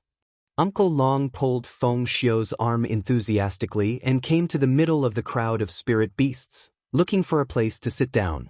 The Eagle tribe leader first gave a piece of roasted meat to Uncle Long with a fawning expression, then handed another piece to Feng Xiu. After that, he tactfully did not disturb them anymore. Although Feng Xiu had calmed down, he was still full of questions. He held the roasted meat in his hand and was in no mood to eat it. He just stared at Uncle Long. Uncle Long felt very uncomfortable under Feng Xiu's fiery gaze. He pretended to be unhappy and growled, "Hurry up and eat." "Oh." Although Feng Xiu responded, he was still absent-minded. While gnawing on the roasted meat, his mind had long flown away. When Uncle Long finally finished eating and drinking, Feng Xiu couldn't help but ask, "Uncle Long, quickly tell me what this place is. How can there be such a beautiful place?" While Uncle Long was eating, Feng Xiu had already looked around the surrounding scenery. The more he looked, the more amazed he became. He couldn't help but want to know where this place was. However, he didn't dare to disturb Uncle Long while he was eating. "This is the little girl's space." Before Uncle Long could reply, a woman's voice rang out. When Feng Xiu heard this familiar voice, he immediately stood up and looked at the owner of the voice, the mother parasol tree, with a respectful expression. "Old ancestor."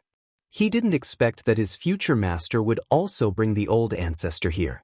However, the spiritual energy here was so dense that it was indeed very suitable for cultivation. "Feng Xiu, young man, welcome to become an official member of this place." The mother parasol tree smiled as she sized up Feng Xiu. "Thank you, forefather." After meeting the ancestor of the parasol tree, Feng Xiu was relieved. At least he knew that he was not alone by his future master's side. He had the parasol tree tribe to accompany him. With the help of the parasol trees, he would not have to worry about his future cultivation. Chapter 2458, Cellmate with a Glass Heart, 2. "Feng Xiu, come with me. I'll take you to see your fellow clan members." The mother parasol tree said after nodding. "Same race?" Feng Xiu was surprised. Could it be that there were clansmen here? Who could it be? Although he was curious, he still followed the mother parasol tree closely.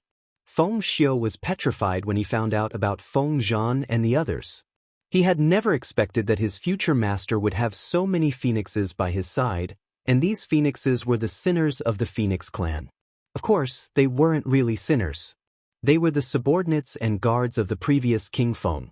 Although Feng Xiu had heard about the past, he didn't know much. But now, he knew almost everything. Because when Feng Zhan and the other old phoenixes finally saw a little one of the Phoenix clan, they all pulled him aside and began to tell him about their past, so Feng Xiu couldn't help but know. The more he heard, the more shocked Feng Xiu became. At the same time, he was even more aware that if he were to board the pirate ship of his future master, he would definitely have to become enemies with God Lord Fogripple and the Phoenix King. However, as their future master, he was not a small character. He believed that with the help of so many beasties, and their side being the representative of justice, victory would definitely belong to them. After thinking it through, Feng Xiu suddenly became excited. Wasn't this the life he wanted? He never dreamed that such a hot-blooded and exciting thing would actually fall on his head. In the future, he would definitely not be bored, but it would also be very dangerous. With this thought, he made up his mind to cultivate properly. Otherwise, with his current strength, he would not be able to help his future master. The Phoenix clan was a proud clan, and he was not willing to be the one who dragged them down. At the thought of this, Feng Xiu said to the mother parasol tree, Feng Zhan, and the other old phoenixes, "Great ancestors, I've decided to enter closed-door cultivation from today onwards." "Not bad. It's good for you to know that it's good to work hard. We'll help you." When Feng Zhan heard this, he was quite pleased, and the way he looked at Feng Xiu became gentler. Meanwhile, the mother parasol tree directly urged, "Since you have such an idea, then don't waste any more time. Go into seclusion now. Ancestor, I want to tell my family about this first so that they won't worry." Feng Xiu said after thinking for a while. "You don't need to worry about this. I will explain it to them." The mother parasol tree said. With the mother parasol tree's words, Feng Xiu knew that there was nothing else for him to do. He agreed to immediately go into seclusion. After Feng Xiu went into seclusion, Feng Luo and Feng Xiu's parents were anxious when they saw that their son had gone missing. Later, Leng Ruoxue moved them into the bracelet. When they saw the mother parasol tree, Feng Zhan, and the other phoenixes and knew their identities, they were petrified. Feng Luo was the first to snap out of his daze. After that, the little phoenix wrapped itself around the mother phoenix tree, Feng Zhan, and the other phoenixes with a curious look on its face, asking them to tell him what had happened. He was really curious about the past. With Phoenix's cooperation, Feng Zhan naturally began to explain everything in detail. Feng Luo listened with great interest and was soon brainwashed. Feng Tong is so shameless. It's a pity that many members of the Feng clan don't know that Feng Tong's throne was obtained by usurping the throne. Otherwise, after Feng Luo found out about Feng Tong's actions, he directly called Feng Tong by her name. However, he was interrupted by Feng Zhan before he could finish his words. Thanks, even if the members of the Phoenix clan know what Feng Tong has done, I'm afraid they can't do anything about it. Feng Zhan sighed. AI. Feng Luo also sighed. He couldn't deny that what Feng Zhan's grandfather said was true. The current members of the Phoenix kind had been ruled by Feng Tong for many years. How could they still have the thought of rebelling? Little fellow, don't sigh. In the future, just follow Ruoxue. There will be a day when our Phoenix clan can hold our heads high and regain our former glory. Feng Zhan consoled her. Yes, Grandpa Feng Zhan, you'll work hard. From now on, little Feng Luo had a goal, and his aura became stronger. However, he still had the heart of a child and did not choose to go into closed-door cultivation like his brother. Instead, he remained outside and followed Leng Ruoxue. His parents, on the other hand, knew that their abilities were low, so they chose to go into closed-door cultivation. Chuan City belonged to the Lu family's divine territory. It was a small city at the outermost part of the Lu family's divine territory, but it was also a transportation hub. Therefore, although Chuan City was small, it was unusually prosperous. People walked to and fro on the streets every day, making it very lively. After Leng Ruoxue and the rest stayed for a night, the next day she, the demon, Uncle Long, Feng Luo, and a few peacocks that had transformed into human forms went out for a walk on the streets. Not far from the inn, Leng Ruoxue could clearly feel the gazes of the pedestrians on the street focused on her and her group. There was surprise and amazement in their eyes. However, it was definitely not her or the demon that was stunned, but Feng Luo and the peacocks. In an instant, Leng Ruoxue started to regret bringing these gorgeously dressed guys out for shopping. These incomparably beautiful men were clearly a huge problem. Sensing that their master seemed to be slightly regretful, the peacocks hurriedly flashed a beautiful smile at Leng Ruoxue to please her. So, I can't let master hate me. Seeing them like this, Feng Luo also revealed an alluring smile, which made Leng Ruoxue's head hurt even more. Did these guys not think that it was chaotic enough? It was actually randomly discharging electricity. This time, the surrounding pedestrians also burst into a commotion. Oh my God! It's so beautiful! Such a beautiful man is actually smiling so happily at an ugly woman. What a waste of God's gifts! They felt that it was not worth it for the beautiful man. Of course, those who had such thoughts were mostly women who would say that the grapes were sour when they couldn't eat them. Their gazes towards Leng Ruoxue were also filled with envy, jealousy, and hatred. This scene, as well as the crowd's anger and dissatisfaction, made Leng Ruoxue feel extremely helpless. By right, cultivators were not too ugly, so could these people not reveal such infatuated expressions? She had caused Leng Ruoxue to think that she had returned to the lower realm. However, Leng Ruoxue didn't want to be too calculative with these people. One must know that these bystanders weren't very powerful. Many of them weren't even god kings. Hence, Leng Ruoxue didn't want to bully them. She just wanted to ignore them. However, there was someone who did not allow them to be at ease. Leng Ruoxue and the rest did not even do anything, and a woman brought her guards to capture them without saying a word.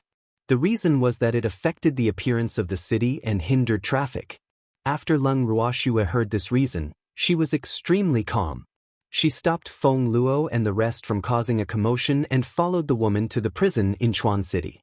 When the woman saw that Leng Ruoxue was so tactful, she was so proud that she was about to raise her tail to the sky. However, on the way to the prison, Leng Ruoxue and the others received many sympathetic gazes.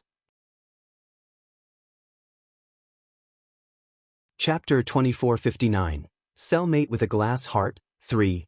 At first, Leng Ruoxue had a bewildered look on her face. Later, Jing Tsang translated for her and she found out that this woman was the daughter of the city lord of Chuan City, Lu Rong, who was secretly known as the tyrant of Chuan City. When they arrived at the cell, Leng Ruoxue was not too satisfied with the dark environment, but she still cooperated and led the evil demon and the others into the cell. Lu Rong, who was closing the cell door, was even more satisfied when she saw how cooperative the other party was. After Lu Rong left, Feng Luo looked at Leng Ruoxue in confusion and asked, "Master, why do we have to be so obedient?" Ever since he found out about Leng Ruoxue's identity, he had changed to calling her master, even though he had not officially recognized her as his master. "Don't you want to know why we were caught?" Leng Ruoxue asked back with a smile. Feng Luo didn't know how to answer. However, his master's willingness to go to jail in order to know why he was caught also made him quite speechless. Was Master very bored? Feng Luo couldn't help but secretly guess. "Master, is that ugly monster planning to attack us?" A peacock said very cleverly. Leng Ruoxue glanced at him and thought to herself, "You've found out the truth." According to Tsang, that woman had indeed taken a fancy to Feng Luo and those peacocks, and he had wanted to know how that woman had planned to get Feng Luo and the others, so he had cooperated and been caught. However, he couldn't say this out loud. Otherwise, that little fellow Feng Luo would definitely be furious. Leng Ruoxue laughed evilly as she looked at the peacocks. The peacock clan was really full of beautiful men. Any peacock that took on a human form was so beautiful that it made people gasp in admiration. As Leng Ruoxue was fantasizing in her heart, a soft sigh came from the cell next door. "AI. If you're caught, don't even think about leaving." Hearing this, Leng Ruoxue turned around and saw that the person who spoke was also a young man. She couldn't help but ask curiously, "Why were you caught?" "I don't know. I was in the middle of exchanging phoenix fruits with someone else and was caught by accident. I heard that the guy who exchanged phoenix fruits with me had stolen something from the city lord's mansion. So, he was brought directly into the city lord's mansion on the day he was caught. Woo, my phoenix fruit. We haven't even completed our deal." The more the young man thought about it, the more depressed he became. When Feng Luo heard the young man's words, he couldn't help but ask worriedly, "What did the person who exchanged the phoenix fruit with you look like? Male or female?" "He's a male, very handsome." The young man said honestly. "Master, the one he mentioned might be a member of our Phoenix clan. Let's go to the city master's mansion and have a look. If he's really from the Phoenix clan, we have to find a way to get him out." Feng Luo anxiously transmitted his voice to Leng Ruoxue. "Are you sure?" Leng Ruoxue. 80% of them are from the Phoenix clan. The Phoenix fruit is the most precious fruit of the Phoenix kind. Except for the members of the Phoenix kind, no one else has a chance to get it, unless our Phoenix kind is willing to trade with them. Feng Luo said honestly. "Since that's the case, let's find an opportunity to sneak into the city lord's mansion and take a look." Leng Ruoxue said after some thought. "When are you going?" Feng Luo asked, burning with anxiety. "In the dead of the night." Leng Ruoxue laughed evilly. "That was the best time to do bad things. Late at night?" Feng Luo was a little dumbfounded. Wouldn't that still take a long time? They had just had breakfast not long ago. By the time it was late at night, would the suspected Phoenix clansman's innocence be lost? He was really worried.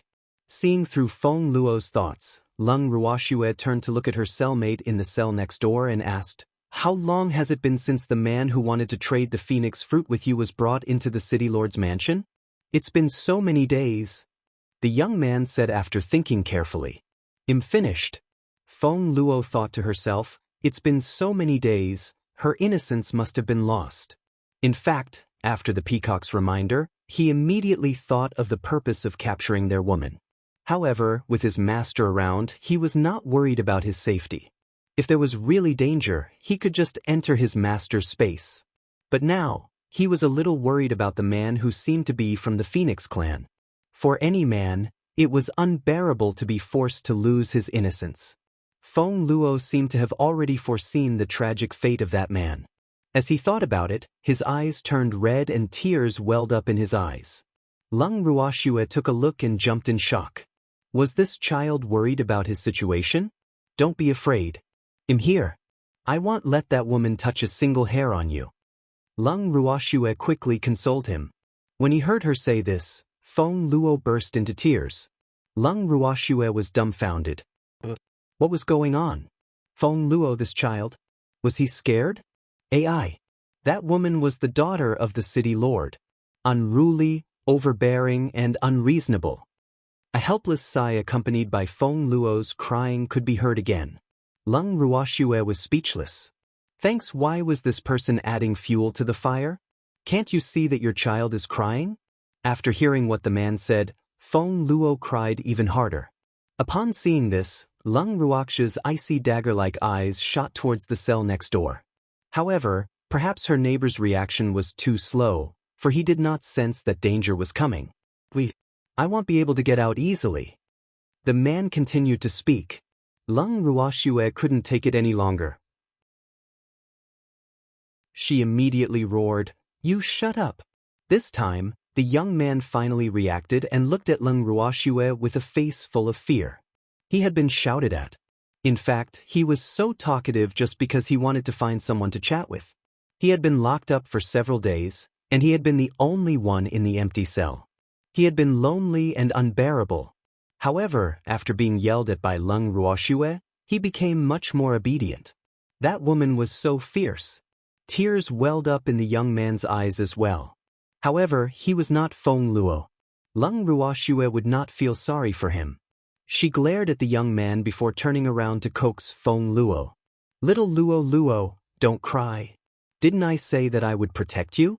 What are you afraid of?" Leng Ruoxue was a little vexed. Did this little fellow not believe that she could protect him? Look at how sad she was crying.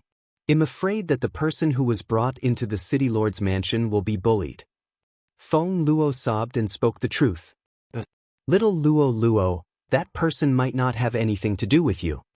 Leng Ruoxue consoled him. How did she not know that Feng Luo also had times when he was sentimental and sad? This had nothing to do with him at all.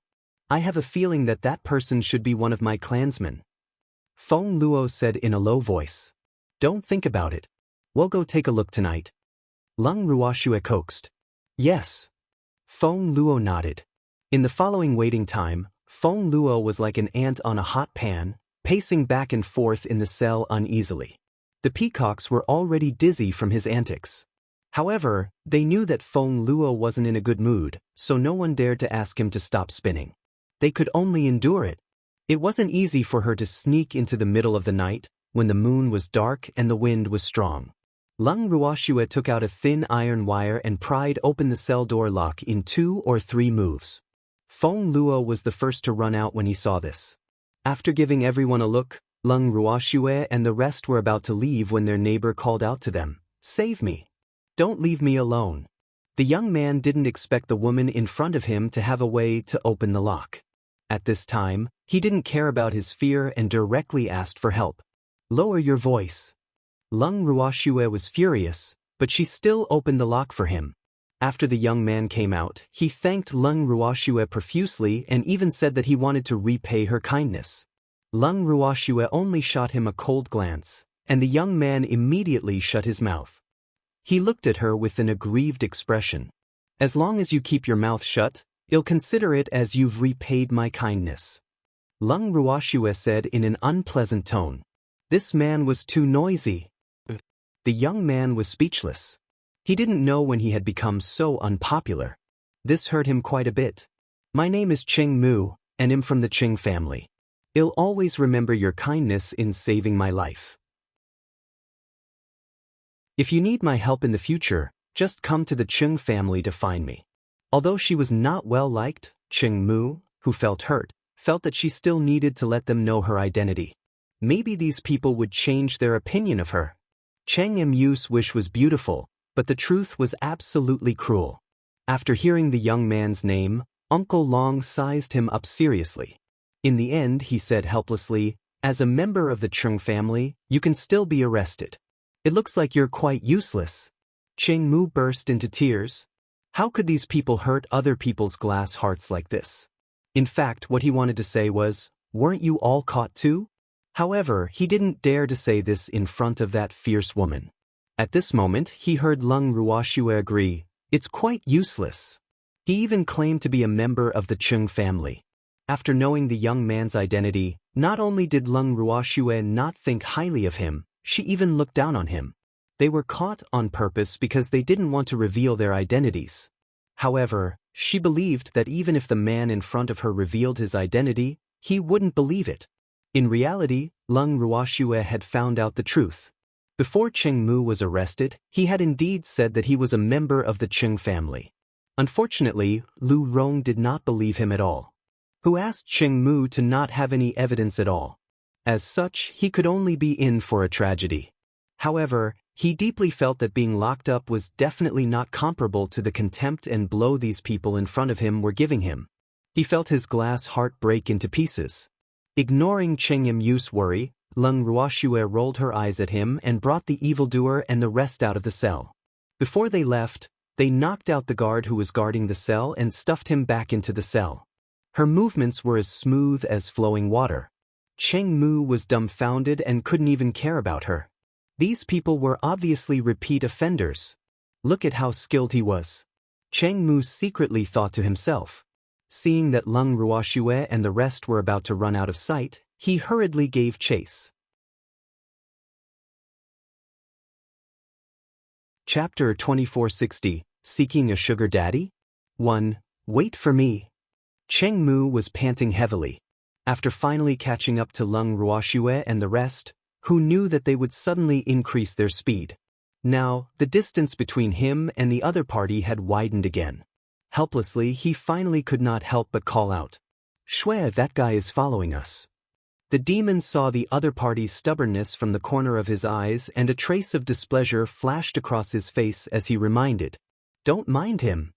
Lung Ruoxue said indifferently. She pulled the evildoer along and gave Uncle Long, Feng Luo, and the peacock a look. The few of them started to speed up again. When Cheng Mu saw the other party's speed, he was dumbfounded. How could they be like this? He had already told them to wait, so why would the other party turn a blind eye to it? They were really disloyal. After all, they had been fellow inmates for a period of time. He felt wronged. However, Lung Ruoxue could not care less about what he was thinking. They could not wait to get rid of this shadow. After walking for a long time, Feng Luo turned back and saw that Cheng Mu's figure was no longer behind him. He asked curiously, "Master, why don't we wait for him? He looks very scared." Wait for him? It was too troublesome. That guy is from the Chung family. Although he's been locked up by the daughter of the city governor of Chuan City, he'll definitely find a way to ask the Chung family for help, so we don't need to care about him. Lung Ruoxue said disapprovingly. "Oh. Yes," Feng Luo replied. He no longer bothered about this. To him, the most important thing now was to confirm whether the person who had the phoenix fruit that Cheng Mu had mentioned was a member of the Phoenix clan. After walking for a while, Lung Ruoxue was surprised to find that they seemed to be lost. This was not a good sign. Lung Ruoxue was depressed. "I've finally found you guys." So, it wasn't easy. Just as Lung Ruoxue and the rest were walking around in circles in Chuan City, a voice that they did not want to hear rang out. Lung Ruoxue furrowed her brows and turned to look at Cheng Mu, who was still haunting her. She said in an unpleasant tone, "Why are you looking for us?" "I want to go to the city lord's mansion with you. I still need to find that person to trade the phoenix fruit." Cheng Mu said matter-of-factly, her face clearly saying, "You guys can forget about getting rid of me." When Lung Ruoxue saw the other party's stance, she felt her head throb. She knew that this guy would be a big problem, but she didn't expect that he would actually stick to them. It was really too hateful. Little Luo Luo, trade a phoenix fruit with him. Lung Ruoxue glanced at Feng Luo and ordered.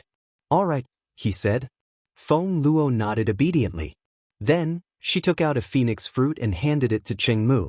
When Cheng Mu saw this, his eyes immediately widened.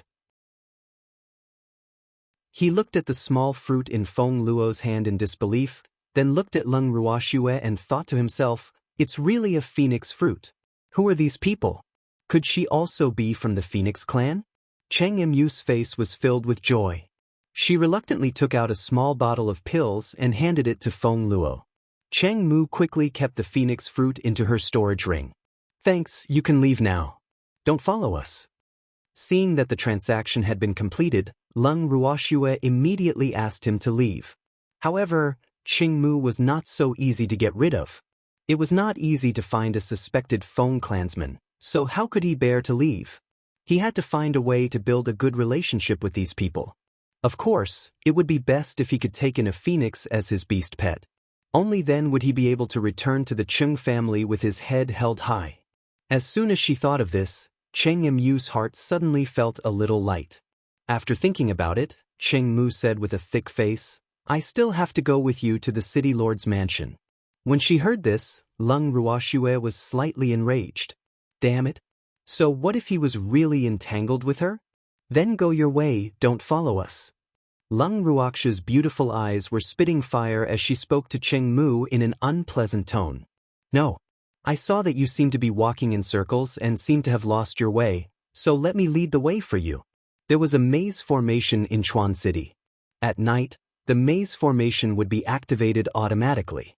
People who were not familiar with the road conditions would definitely get lost. I'm guessing this is your first time here. Cheng Mu said with a smile. He didn't take Lung Ruoxue's cold face seriously at all, and his mental endurance was also extremely strong. Lung Ruoxue saw his reaction and admitted defeat. Damn it, if he wasn't a member of the Chung family, she probably wouldn't have been so conflicted about whether to knock this guy out. You lead the way. Seeing that Lung Ruoxue didn't respond, the demon smiled. All right. I'm very familiar with the city lord's mansion, so I'll definitely bring you there safely. Cheng Mu said excitedly when he heard that someone in the group was willing to accept him. The demon nodded and gave Lung Ruoxue a consoling look. He then let Cheng Mu lead the way while he and the rest followed behind. Sure enough, Cheng Mu was very familiar with the roads in Chuan City. After a few turns, he brought Lung Ruoxue and the rest to a tall courtyard wall. He pointed at the wall and said, This is the city lord's mansion, let's go in from there. I can guarantee that no one will find out. The place Cheng Mu was pointing at was a small hole that was less than half the height of a person. The hole was just below the wall he was pointing at. Although there were tall weeds covering the hole, it could still be vaguely seen that the hole was indeed connected to the wall.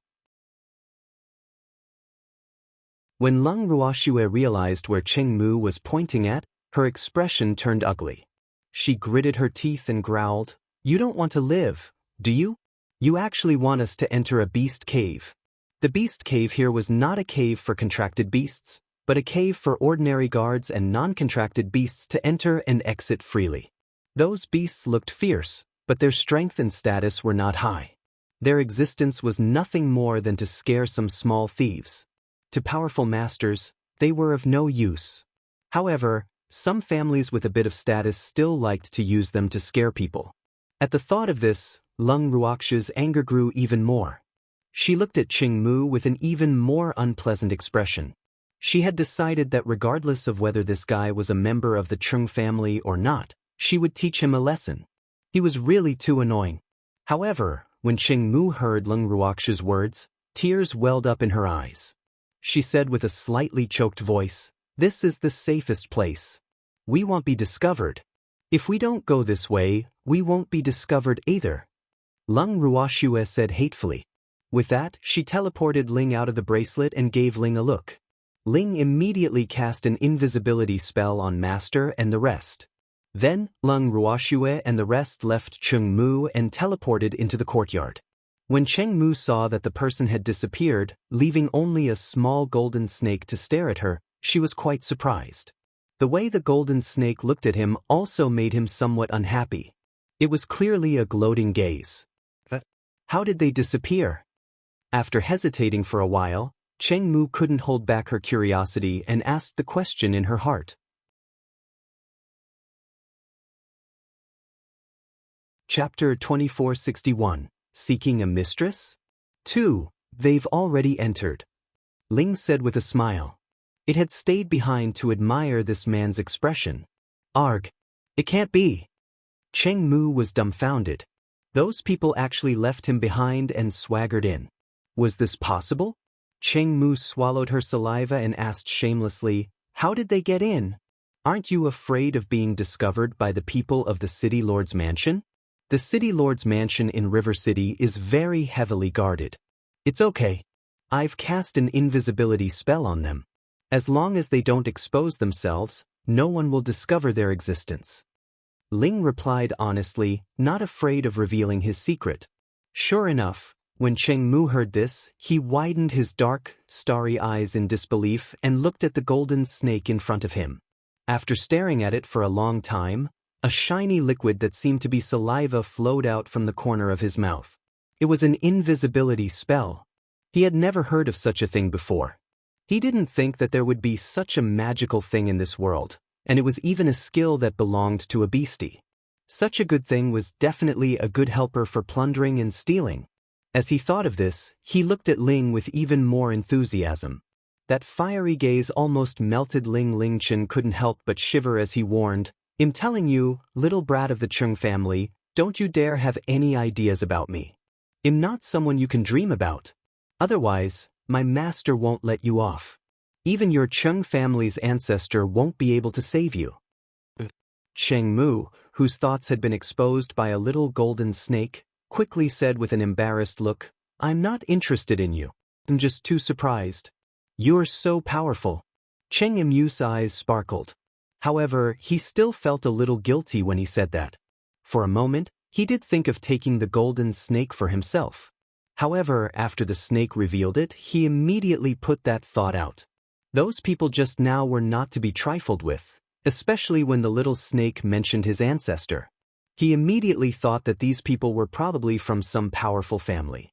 Otherwise, they would not use their ancestor to threaten him. He was actually threatened by a snake. This fact made Cheng Mu quite depressed, but he was still very self-aware. After smiling obsequiously, Cheng Mu thickened his skin and asked, I also want to go in, can you help me hide my body? As long as you don't have any ideas about me, invisibility is a piece of cake. Ling said with a smile. I won't have any ideas about you, I promise. Cheng Mu said gloomily. This little snake had already used his ancestor to threaten him. If he dared to have any ideas about it, wouldn't he be looking for a beating? That's a good girl. Ling Mani said. Then, he also cast an invisibility spell on Cheng Mu. However, Cheng Mu could not see any effect at all and kept asking Ling, am I invisible? Is he invisible? Hidden. You've hidden yourself. Other than my master and I, no one can see you. Don't worry. Ling was a little annoyed by his question. Damn it, he was doubting its professional skills. However, when it saw the other party's worried expression, it still said what it thought was quite patient. Hearing the little golden snake's repeated assurance, Cheng Mu finally felt at ease. He directly teleported into the wall. As soon as he appeared, he suddenly saw two tall, fierce, pitch-black beasts less than a meter away from him. The two beasts were staring at him with their bronze-like blood-red eyes. They raised their heads and sniffed at something. Their blood-red eyes were still looking around. He was so scared that he almost broke out in cold sweat. Thanks, Ugh. Although these beasts were not very powerful, they were more than enough to deal with cultivators below the God King level. Coincidentally, he was a cultivator below the God King level. So, why was he so unlucky? Could it be that he had been discovered by these two beasts the moment he appeared? Cheng Mu was rather depressed. He was so scared that he didn't dare to move, and his face gradually turned pale. Seeing this, Ling whispered into his ear, Don't be so useless, okay? These big guys won't be able to see you. You really can't see? But why do I feel like they're looking at me? Cheng Mu's voice trembled a little as she said in a low voice. That's just an illusion. They really can't see you. Otherwise, they would have pounced on you. Ling said with a smile. Oh. Cheng Mu was a little suspicious of the words of this golden snake. After observing it for a long time without moving, he finally confirmed that the two tall and fierce beasts in front of him really did not have the intention of pouncing on him and biting him. His entire heart was finally at ease. I'm going to find my master, you're on your own. Seeing that the idiot Qing family had finally recovered, Ling Ziju didn't want to get involved with them anymore after completing the after-sales service. However, at this time, Qing Mu was not willing to let the other party leave him. He was afraid that the invisibility technique on his body would suddenly disappear. At that time, wouldn't he be like a sheep entering a tiger's mouth? He didn't want to do such a stupid thing.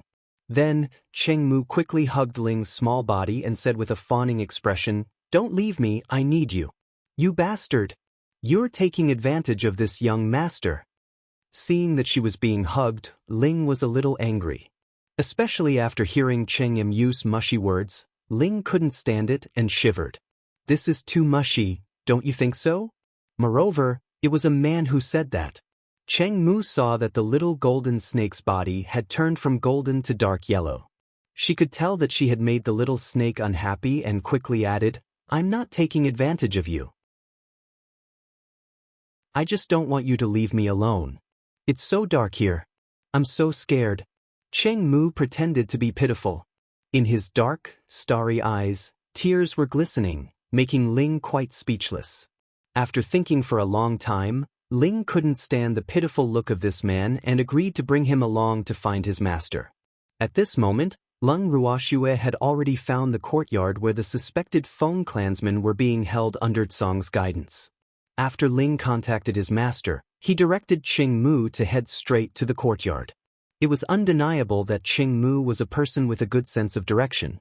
It did not take long for them to arrive at Lung Ruoxue's courtyard to gather with them. Lung Ruoxue, who was waiting for Ling outside the courtyard, saw that Qing Mu had actually followed her. Her face sank and her mood instantly became unhappy. "Master!" Ling didn't notice Lung Ruoxue's displeasure and pounced into his master's arms like a spoiled child. He wrapped his body around her wrist and stayed there. Seeing Ling Aojiao's small appearance, Cheng Mu secretly envied her. When would his beastie be so close to him? He had a beastie, but unfortunately, that beastie didn't even bother with him and often gave him a hard time. He still had to treat that beastie like an ancestor. After all, at critical moments, if that beastie was in a good mood, it would still attack. But most of the time, don't count on that guy. Chapter 2462, Seeking a Mistress? 3. Go in. Lung Ruoxue couldn't be bothered to question why the other party had followed her here like a shadow.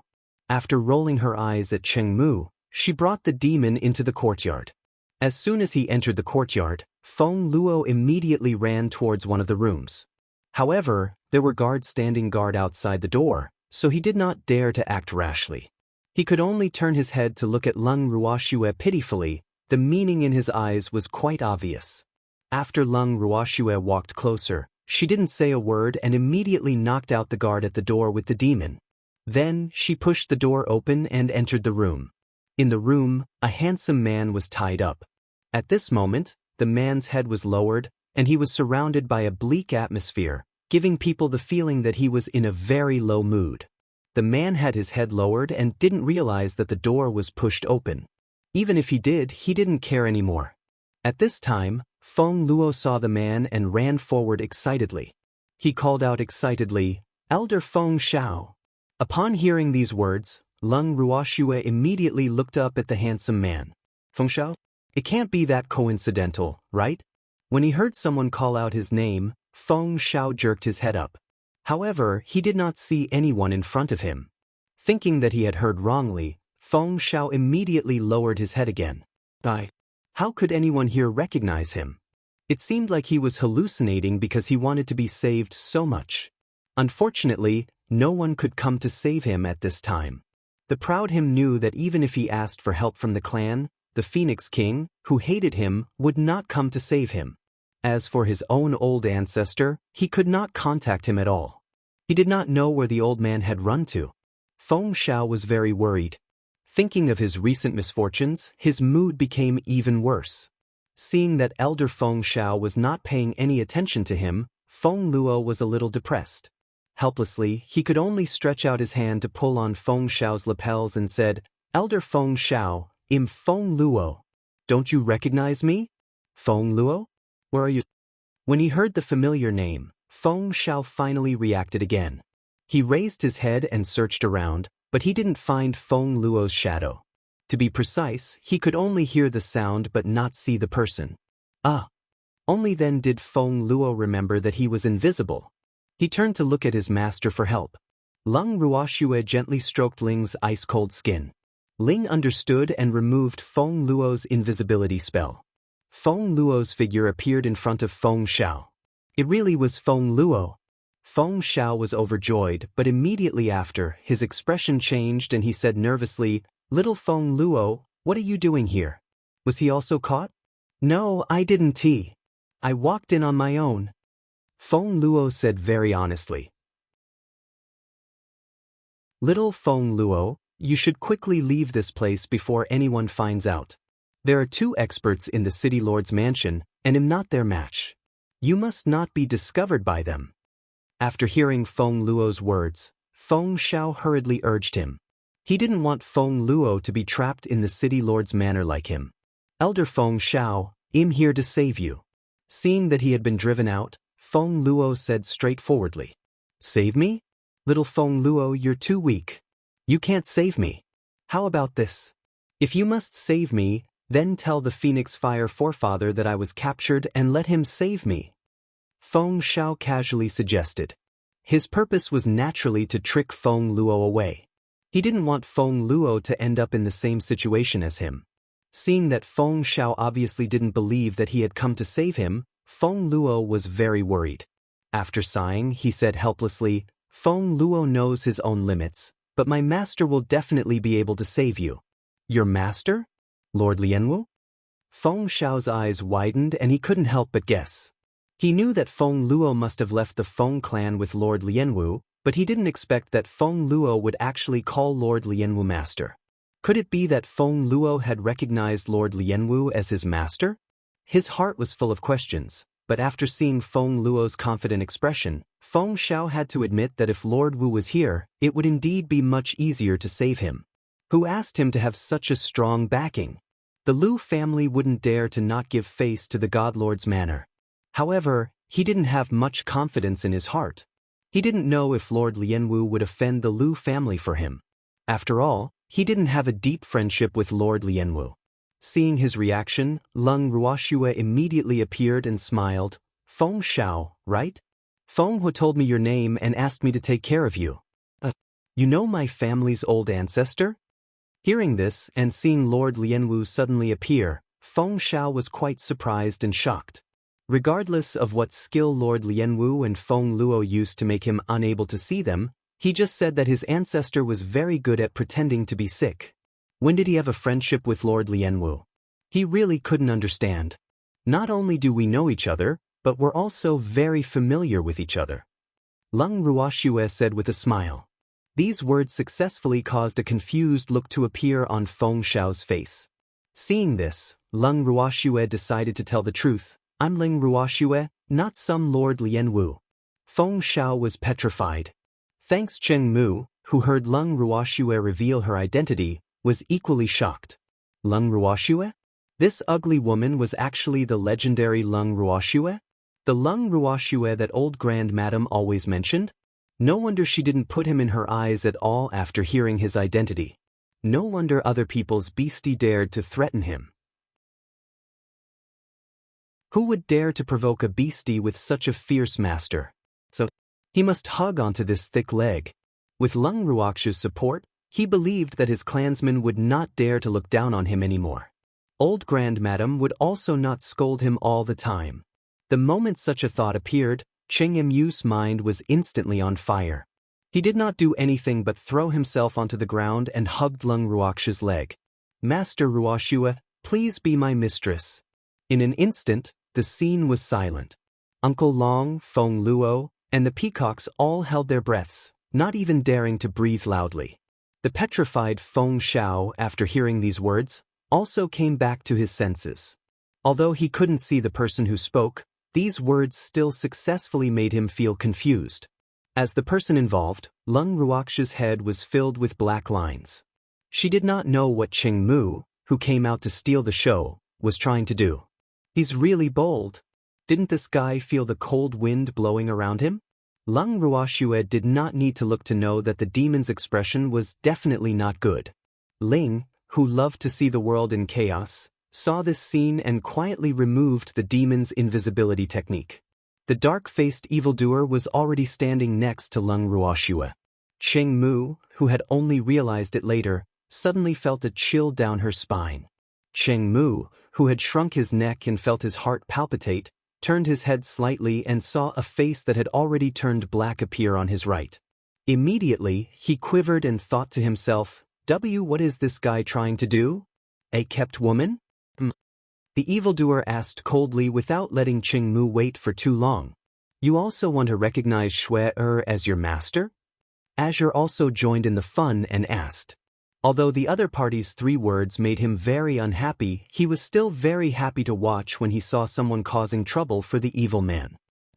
I just want a kept woman, Qing Mu said in a low voice. Although he was a little slow to react at this moment, even if he was slow, he could feel that one of the 2 voices was very angry and the other did not have a good heart. You don't want to recognize me as your master? Azure asked indifferently. Qing Mu was silent under Tsong's questioning. Alright. He had to admit that even though he did not mean it when he called her Master Ruoxue, it was true that he wanted to be her mistress. But looking at the situation now, it seemed that he only wanted to succeed in keeping her as a mistress.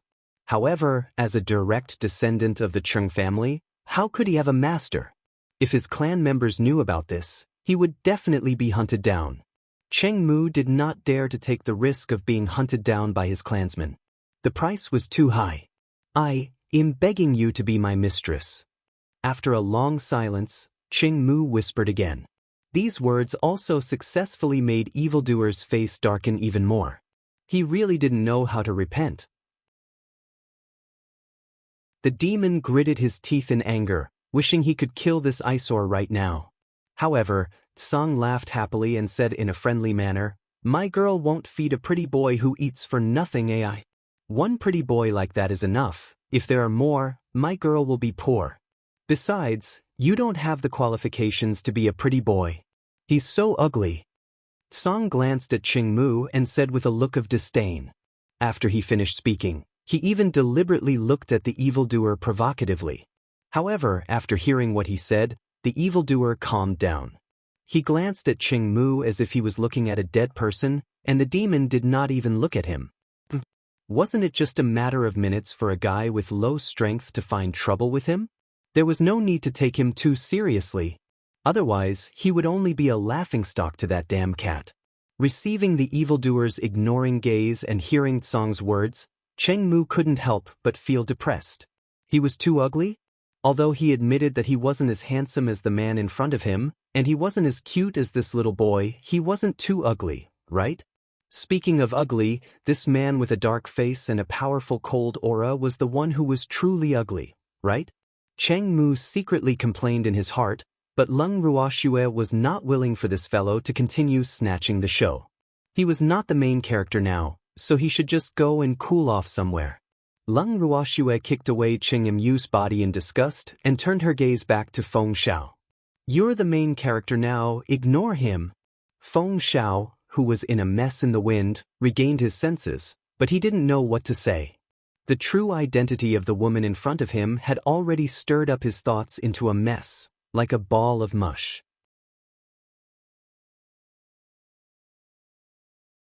Chapter 2463. Oh Heavens! 1. The Master of the Ancestor. To be honest, Feng Xiao had no idea how to face this woman. Although the woman in front of him was old Grand Madame's master, He was still filled with resentment towards this woman named Lung Ruoshua.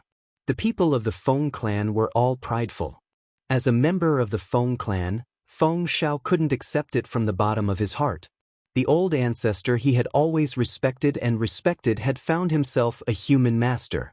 Most importantly, this master had some enmity with the Feng clan. Such a complicated relationship made Feng Shao so conflicted that his hair was about to turn white. However, what he couldn't accept was that he still needed Lung Ruoshua to save him when he was in such a difficult situation. This really hurt Phoenix's self-esteem. Feng Shao felt that his proud self-esteem had been shattered into pieces. He was sad, annoyed, and a little depressed about this fact, but he was not overjoyed that he was about to be rescued. It wasn't that he didn't want to be happy, but he really couldn't. Who would feel good after being saved by someone they didn't like? And now, Lung Ruoshua was the person he hated the most in his heart. Feng Shao was very worried. It was to the extent that Lung Ruoshua's words had caused him to not react for a long time. Lung Ruoshua seemed to be able to see the struggle in his heart, so she did not rush him. Instead, she found a chair and sat down, admiring the depressed Phoenix in front of her. After being depressed for an unknown period of time, Feng Shao's consciousness gradually returned to his body. He could clearly feel a probing gaze on him. He raised his head and looked at the owner of the gaze. Coincidentally, his eyes met Lung Ruoshua's beautiful, smiling eyes. In an instant, Feng Shao became more and more worried. So he was the only one who was at a loss, and the other party didn't even take him seriously. Feng Shao opened his mouth and hesitated for a moment. He then swallowed the question he wanted to ask and stole a glance at Lung Ruoshua with a constipated look on his face. He even sighed. Lung Ruoshua saw that he looked like he wanted to say something but stopped himself, and her anger rose. She shot a cold glance at Feng Shao and said in an unpleasant tone, "If you have something to say, say it. Look at you now. Are you a man?" When Feng Shao heard this, he was also furious. "You bastard!" Which part of him didn't look like a man? Wasn't he too embarrassed to ask? One had to know that he had always treated Lung Ruoshua as an imaginary enemy. Now, he was suddenly saved by the enemy in his heart. The difference was huge. Didn't he need some time to get used to it? The angry Feng Shao sighed in his heart for a while, then he made up his mind and put on an act of a strong man cutting off his wrist and asked, "You're really Lung Ruoshua? Then you lied to us about your identity as Lianwu?" "Yes." Lung Ruoshua nodded with a faint smile, then patiently waited for Feng Shao to continue. "You're really too despicable. You're a big liar. How could you use another identity to deceive us?" After Feng Shao confirmed it, he was furious. How detestable. It was really too detestable. In order to make things difficult for the Phoenix King, he had actually helped Lord Lian Wu bully Feng Tong a lot. But now, he knew that he was not helping Lord Lian Wu, but that hateful Lung Ruoshua. Lung Ruoshua. It was actually Lung Ruoshua. He had actually helped his enemy. The blow that this fact gave him was really too great. He was so remorseful that his intestines turned green. However, he did not regret causing trouble for Feng Tong. What he regretted was that he had actually helped Lung Ruoshua to do evil. Thanks, although he felt good to see Feng Tong being defeated, once he thought about how he was actually helping Lung Ruoshua, his heart would be in a mess. He was so sad. In the blink of an eye, Feng Shao was heartbroken. It was an eye-opener for Lung Ruoshua. This Phoenix's face changes really quickly. He was still seething with anger earlier, but in the blink of an eye, he was so sad that it was as if he had been abandoned. Recalling Feng Shao's earlier words, Lung Ruoshua sighed helplessly and said, "If I don't use any other identity, will I be able to enter the Phoenix clan with Lung Ruoshua's identity?" "That's true." Feng Shao nodded his head in a daze, but then he was secretly angry. Why did he agree to it? Shouldn't he be so angry that he was about to breathe fire? Feng Shao gritted his teeth in anger at his own abnormal behavior. He was even more furious when he saw Lung Ruoshua's sincere expression. However, he did not know why, but the fire in his heart could not be released when he looked at Lung Ruoshua.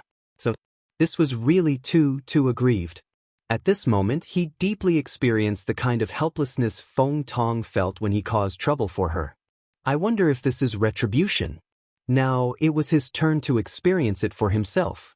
Even though Leng Ruoxue had not done anything overboard to him, but when he thought of her identity and how he had unintentionally helped her when he was in the Feng clan, his heart clenched up in depression.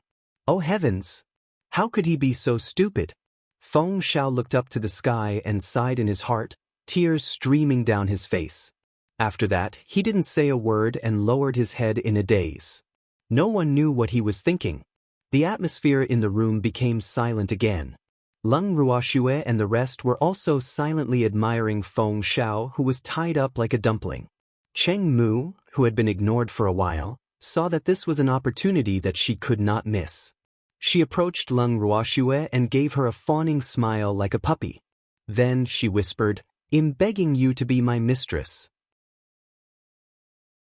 The moment Leng Ruoxue heard this, she did not even think and raised her leg to kick the fellow in front of her. However, someone was faster than her. With a loud bang, Cheng Mu's entire body was smashed into the snow-white wall. There was no need to ask. The one who kicked him was naturally the evildoer with a black face. The poor Cheng Mu, after being kicked to the wall, only cried out in pain and fainted. At this time, the wall had a human-shaped hole in it. Seeing that the walls were very sturdy, other than a human-shaped hole, there were no other cracks. Leng Ruoxue could not help but exclaim that the quality of the buildings in the city lord's residence was not bad. Seeing through Leng Ruoxue's thoughts, Song said with a face of disapproval, "Girl, the walls of the city master's mansion are definitely not as strong as the walls of the divine master's mansion. If I were the one who kicked the wall, the entire mansion would collapse, not just this hole." Azure's words implied that this evildoer was useless. He couldn't even break the walls of the city lord's manor with a single kick. The moment Leng Ruoxue heard this, black lines immediately formed on her forehead. Her beautiful eyes would even steal a glance at the evildoer's expression from time to time. It turned a little darker, and it looked like he was quite angry. Just as Leng Ruoxue was about to comfort her man, she saw the evildoer turn around and walk out of the room. She was shocked and quickly ordered Feng Luo to bring along the dazed Feng Shao. She also asked the peacocks to help fish out Cheng Mu, who had been smashed into the wall. The group of people hurriedly followed the evildoer out of the room. The moment they left the room, Ling quickly cast an invisibility spell on Leng Ruoxue and the rest. After that, everyone saw the demon throw out a ball of black divine power. Then, they heard a few loud bangs and the house in front of them collapsed magnificently.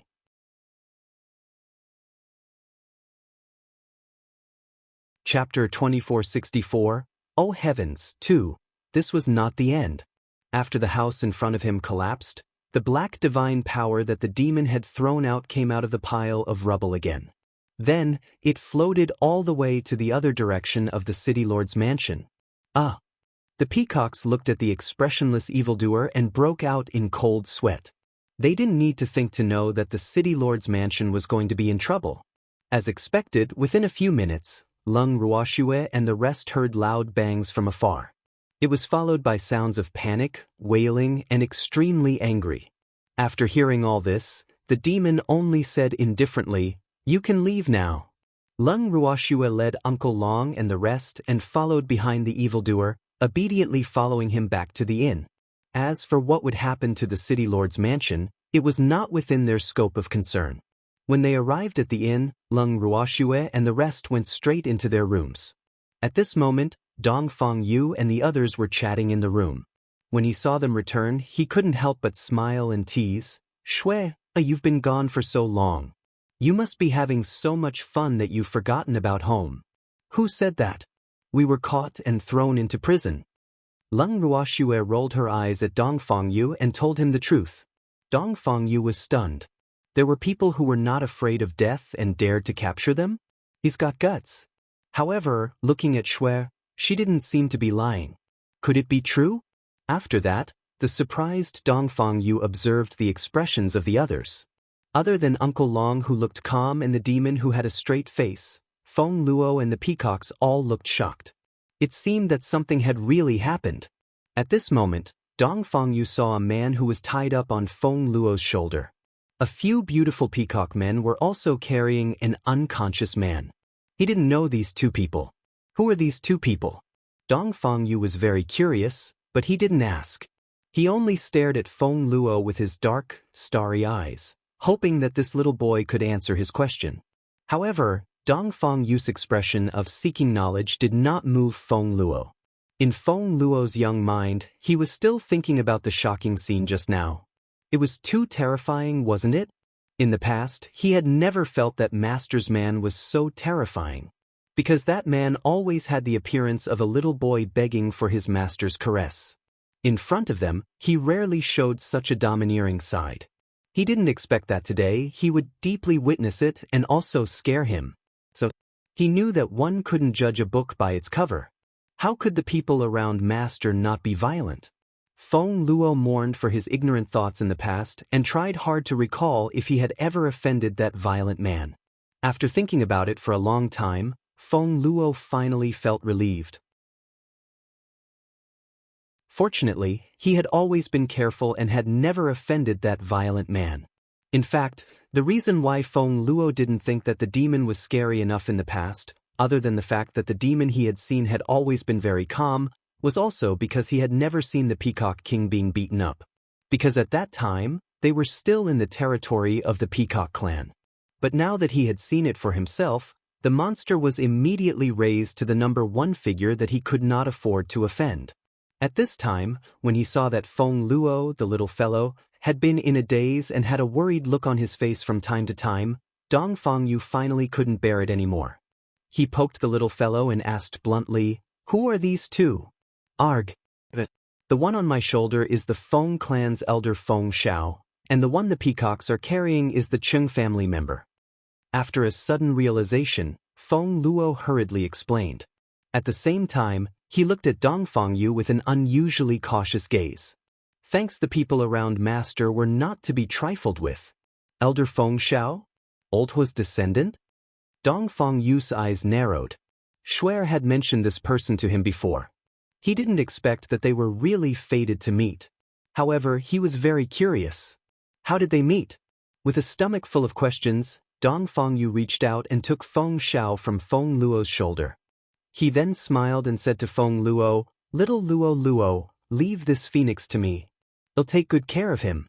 After hearing Dong Fangyu's words, Feng Luo couldn't help but widen his eyes.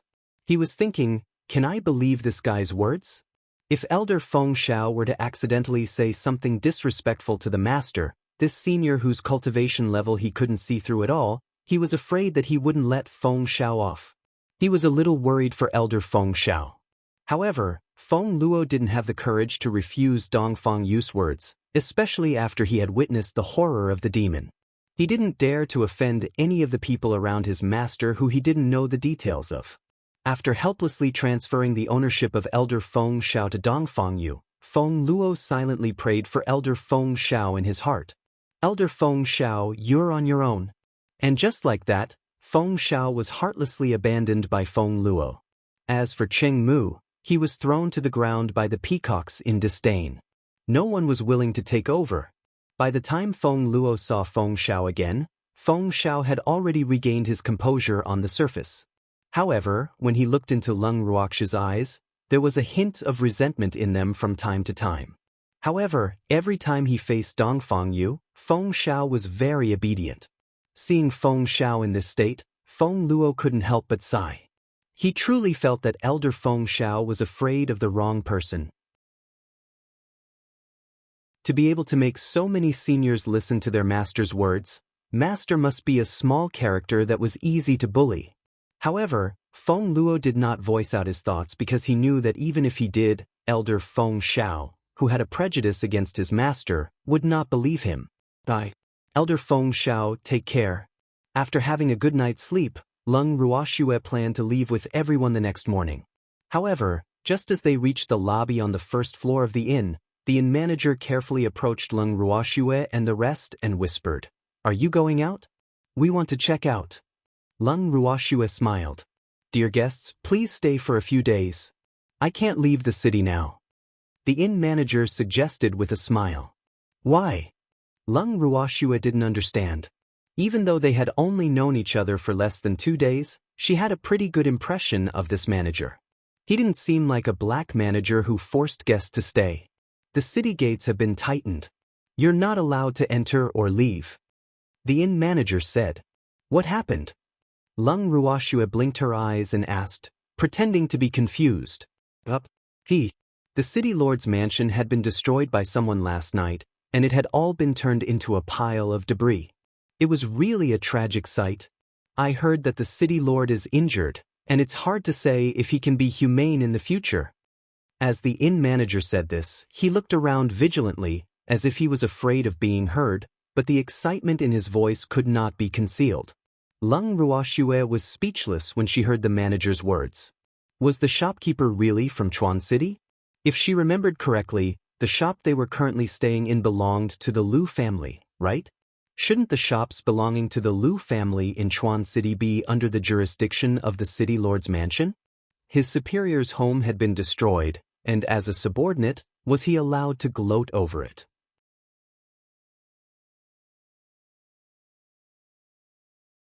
Chapter 2465. Oh Heavens, 3. Yes. From the manager's tone, Lung Ruoxue could tell that he was gloating over her misfortune. This made her slightly curious. As the fire of gossip burned in her heart, Lung Ruoxue could not hold it in any longer and asked directly, Shopkeeper, are you gloating? The city lord's mansion has been destroyed, and the city lord is injured, but you seem to be quite happy. Even though Lung Ruoxue's voice was not loud, it still caused the innkeeper to break out in cold sweat. With a pale face, the innkeeper said in fear, I didn't. Sir, you can't wrong me like this. If the people of the city lord's mansion heard this, you'll be in deep trouble. You don't have any? Innkeeper, I don't lie in front of a wise person. I can see that you are very excited. Actually, when I first heard this news, I didn't hide it from you. I was also quite happy. Lung Ruoxue tried to entice him. Really? Seeing that Lung Ruoxue did not seem to be lying and was an outsider, the manager was no longer afraid. It was as if he had met a soulmate as he began to pour out his grievances to Lung Ruoxue. Your Excellency. To be honest, I detest the city lord of Chuan City. This guy was really not an ordinary black-hearted person. It's reasonable to say that although our shops belong to the Liu family, they don't completely belong to us. Aside from the amount of money we have to hand over to the family every year, the rest of the money belongs to us. With such motivation, we'll naturally do our best to run the shops, but this black-hearted city lord has ordered that after we hand over a certain amount of profits to the family, we have to give them half of the remaining profits. In this way, we'll naturally have nothing left of the profits we earn every year. The shopkeeper complained. That's not all. In addition to giving half of the remaining profits to the black-hearted city lord, our city lord's daughter and the city lord's guards will also have to come here from time to time to take advantage of us. How could we dare to not give them? But if we give it to them, we'll have to live on air. The innkeeper continued, sighing as he spoke. If it wasn't for the incident at the city lord's mansion, he would have been extremely pleased. In addition, Lung Ruoxue had taken the initiative to ask, so he really wouldn't have dared to pour out his grievances so easily. Right, by the way, I'd like to remind you that our city lord likes beautiful women, and his daughter likes beautiful men. So, sir, it's best if the beautiful men around you don't go out during the day, otherwise if the city lord's daughter encounters them, I'm afraid I'll be bad. As for the city lord, there was no need to worry about him now. In the future, when I meet a beautiful woman, I'm afraid I'll be powerless. The shopkeeper became more and more excited as he spoke, and the expression on his face became more and more vulgar. When Lung Ruoxue heard these words, she glanced at the expression on the manager's face and felt helpless. This was probably a silent resistance by adding insult to injury after being oppressed for so long. Thank you, manager. We will be more careful. After some thought, Lung Ruoxue finally spoke. In reality, she really wanted to tell the head that he had reminded them a little too late. They had already met the city lord's daughter yesterday, but Lung Ruoxue was afraid of scaring the shopkeeper, so she swallowed her words back into her stomach. Faced with the kind shopkeeper, Lung Ruoxue and the rest could only put on an act and agree to stay for a few days until the city gates were unsealed. When the shopkeeper heard this, he was immediately overjoyed. These people living here meant that his income would increase again. The innkeeper, who was in a good mood, sent his parents back to their room and left. Upon entering the room, Lung Ruoxue suddenly frowned. With a change of thought, an extremely disheveled man appeared in front of them. When the man came out, he wasn't mentally prepared at all, so he fell from the air and landed on his back. "Shui, you're not gentle at all." Cheng Mu got up from the ground awkwardly and complained in a low voice. "You want me to treat you gently?" Lung Ruoxue asked with a smile as she squinted her beautiful eyes. As soon as he said this, Cheng Mu immediately felt a chill down his spine. He shrank his neck and waved his hands. No need. This is good. Woo, this is too much of a bully." Cheng Mu's face was full of tears. People without a backer were so sad. "You're tactful." Lung Ruoxue nodded her head in satisfaction and continued, "From now on, you'll be by the demon's side. He'll teach you a good lesson." "Why?" Hearing this, Cheng Mu wailed. He didn't want to be by that violent man's side. He would be played to death. The other party's ecstatic kick had left a deep impression on him. So, he was determined not to stay by that man's side. He still wanted to live for a few more years. Thanks. After thinking for a while, Cheng Mu said with a charming face, "Shui, he'll just stay by the great elder's side and do some odd jobs for him, he'll be satisfied." Of course, it would be even better if he was served well by the great elder and the old man was happy to take him as a disciple or something. However, he only dared to think about it in his heart.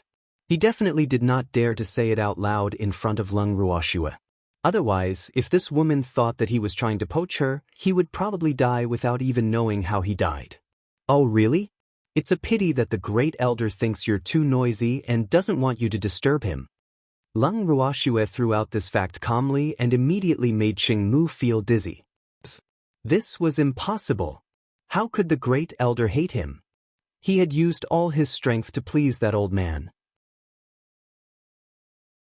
Even if the old man was giving face to his ancestor, he shouldn't hate him, right? Cheng Mu was puzzled.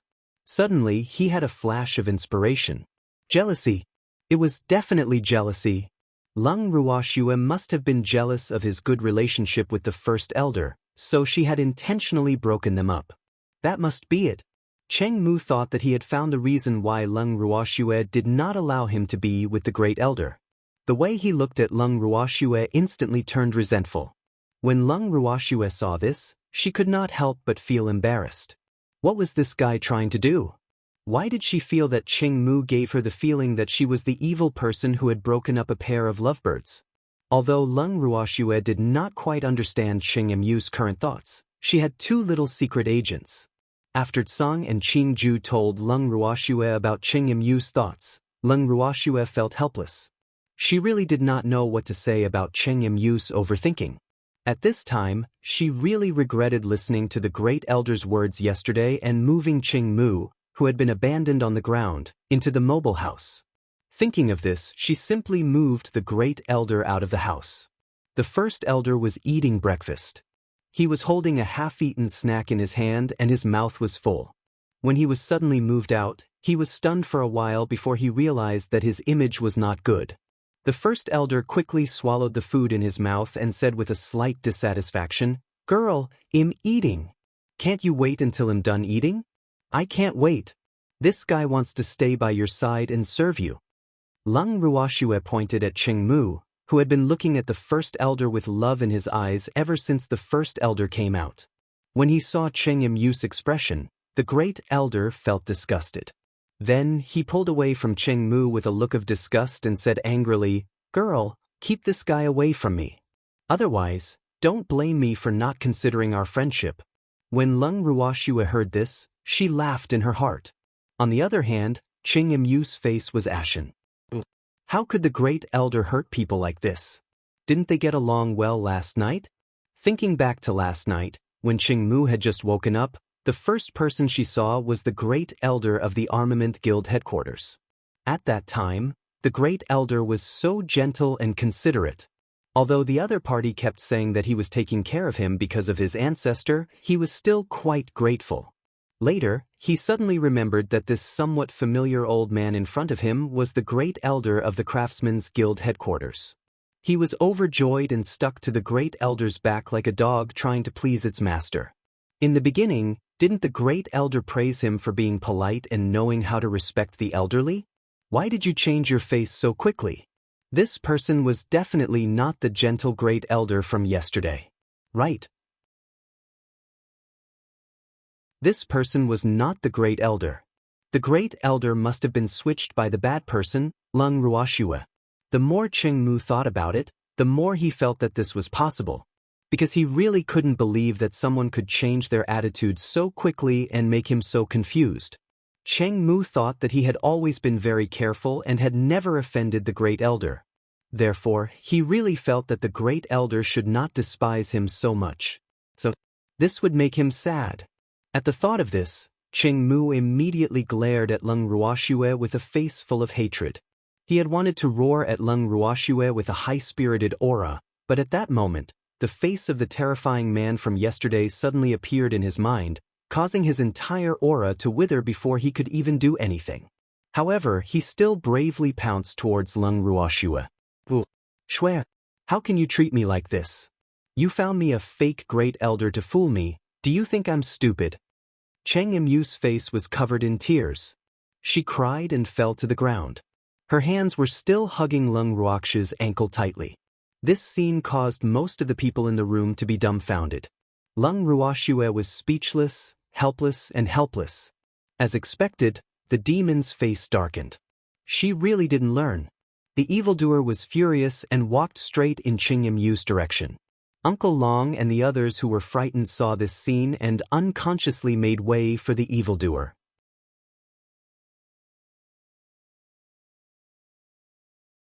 Chapter 2466. To save people or to take lives? 1. Then, everyone saw the evildoer lift one hand and Cheng Mu, who was holding onto Lung Ruoxue's ankle, was lifted up.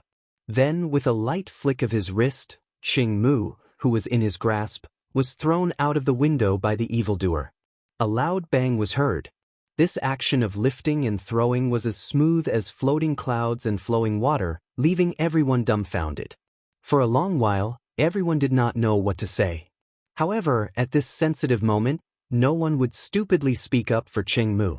Even the Armament Guild's chief elder, who had originally planned to take care of Cheng Mu for the sake of the Chung clan head, had unsurprisingly shut his mouth. At first, the great elder had thought that if no one had come to teach that silly boy a lesson, he would have done it. He didn't want that silly boy to slaughter him like a fat sheep. However, before he had the chance to do so, someone had made the first move.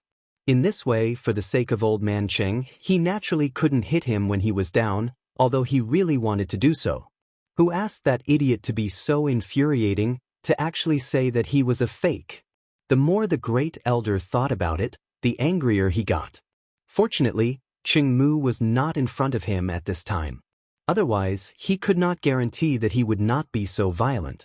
Seeing the evildoer sit down as if nothing had happened, everyone hurriedly sat down as well. They did not want to make him unhappy and throw them out of the window. Although it was only a third floor and they would not die from the fall, it was undoubtedly embarrassing. Thinking of this, everyone couldn't help but sympathize with Cheng Mu. You've lost all the face of the Cheng family. He didn't know how furious the head of the Cheng family would be when he found out about this. Everyone was secretly speculating. At this moment, they suddenly heard a knock on the door. Lung Ruoxue gave a signal to a beautiful peacock man to open the door. The moment the door opened, he saw Cheng Mu standing outside. Although Cheng Mu looked a little disheveled, she did not look like she had suffered much. However, Peacock Handsome Man was already surprised enough to see him. More importantly, the kind Peacock Handsome Man didn't know if he should let this guy in. Just as Peacock Handsome Man was hesitating, Cheng Mu pushed him away and made way for him. Then he immediately ran into the room. The first thing he did when he entered the room was to seek protection from the great elder. However, the great elder turned his head away, obviously not wanting to talk to him. Seeing this, Cheng Mu pouted his lips in grievance, and tears welled up in his eyes. Before he could cry out, the demon had already stood up and grabbed his collar. With a light swing, Cheng Mu was thrown out of the window in a perfect arc. Ugh. The first elder couldn't help but cover his face. How pitiful! The others also sympathized with Cheng Mu. She really did not have a good memory. She just did not know if Cheng Mu would come back shamelessly this time. However, before they could finish their thoughts, there was another knock on the door. Peacock Handsome Man, who had been standing at the door, opened the door without waiting for his master's instructions. The person standing outside the door was indeed Cheng Mu. However, this time, there were more bruises on his face. As expected, Cheng Mu was thrown out of the window by the demon in the same way. However, after a few minutes, Cheng Mu came up again as if nothing had happened. He was thick-skinned and naturally had more injuries on his body. Just like that, one of them kept on throwing people out while the others spared no effort to come back. After an unknown number of times, Leng Ruoxue and the rest were already numb from watching. In the end, Song could not stand it anymore and directly kicked Cheng Mu far away. This time, it wasn't as simple as throwing Cheng Mu out of the window. With Song's move, it was obviously impossible for Cheng Mu to climb back easily. Just like that, everyone saw Cheng Mu turn into a stream of light and finally become a small black dot, disappearing in the sky. Thanks Ugh. Senior Song was really ruthless. Everyone quivered. Song was once again on the blacklist of the #1 person not to be offended. Seeing this scene, Feng Luo's heart also reversed the position of Song and evildoer. At this time, he really felt that this cat was 100 times more ruthless than his master's man. Seeing everyone's fearful expressions, Cold gave evildoer a provocative look and then smiled. Human, you're cruel to yourself, but you have to be even more cruel to others. What you did just now was not treating the root of the problem at all. He's not afraid at all. How do you know he's not afraid? The demon narrowed his eyes. If you're afraid, will he dare to come back? Azure said matter-of-factly. Why wouldn't I? Are we going to kill him? The evildoer said indifferently. If that kid wasn't a member of the Chung family, he really wanted to kill that idiot. What a pity. There were too many people here, and it was inconvenient to do anything. Hearing this, Azure looked at the people present and felt a sense of powerlessness. There were so many people here, so it would not be easy to make a move. The man and the beast looked at each other and felt a sense of appreciation for each other. Leng Ruoxue looked at their expressions and knew that these two fellows must be feeling regretful that they could not teach Cheng Mu a lesson. However, on account of the Chung family head, she naturally could not let these two willful fellows cut Cheng Mu off in a fit of anger. After all, other than being a little silly and unable to see the situation clearly, Cheng Mu did not seem to have done anything that would anger the heavens and cause resentment. At the thought of this, Leng Ruoxue quickly changed the topic and asked, "Are we going to stay here until the city gates are unsealed?" "Anything. I'm fine with anywhere." First Elder was the first to express his opinion. "We are the same." Dongfang Yu and the others quickly said, "Then just stay. I also want to see what kind of trouble the City Lord's mansion is going to cause." Leng Ruoxue asked with anticipation. However, to her disappointment, after staying in the inn for another 3 days, there was no movement from the City Lord's mansion. They only posted a notice for the reward. After learning about the bounty notice, Leng Ruoxue decided to take a trip to the Divine Master's residence in the name of accepting the bounty. Dongfang Yu and the others immediately expressed their desire to follow. Leng Ruoxue had no choice but to bring along many of her family members. However, this time, she had changed the appearance of Feng Luo and the beautiful Peacock Man. When they reached the ground floor, the innkeeper saw them coming down again and thought that they wanted to check out. He wanted to persuade them, but who knew that Leng Ruoxue would only tell him that they were planning to head to the City Lord's mansion to accept the reward. The shopkeeper's eyes immediately lit up when he heard this, and he said with joy, "Are there any alchemists among you?" "No, I didn't." Leng Ruoxue looked at the few people present and said. Hearing her answer, Uncle Long and the others, as well as the inn's shopkeeper, were all speechless. However, they had different thoughts. What Uncle Long and the others were thinking was, "Girl, you're obviously one."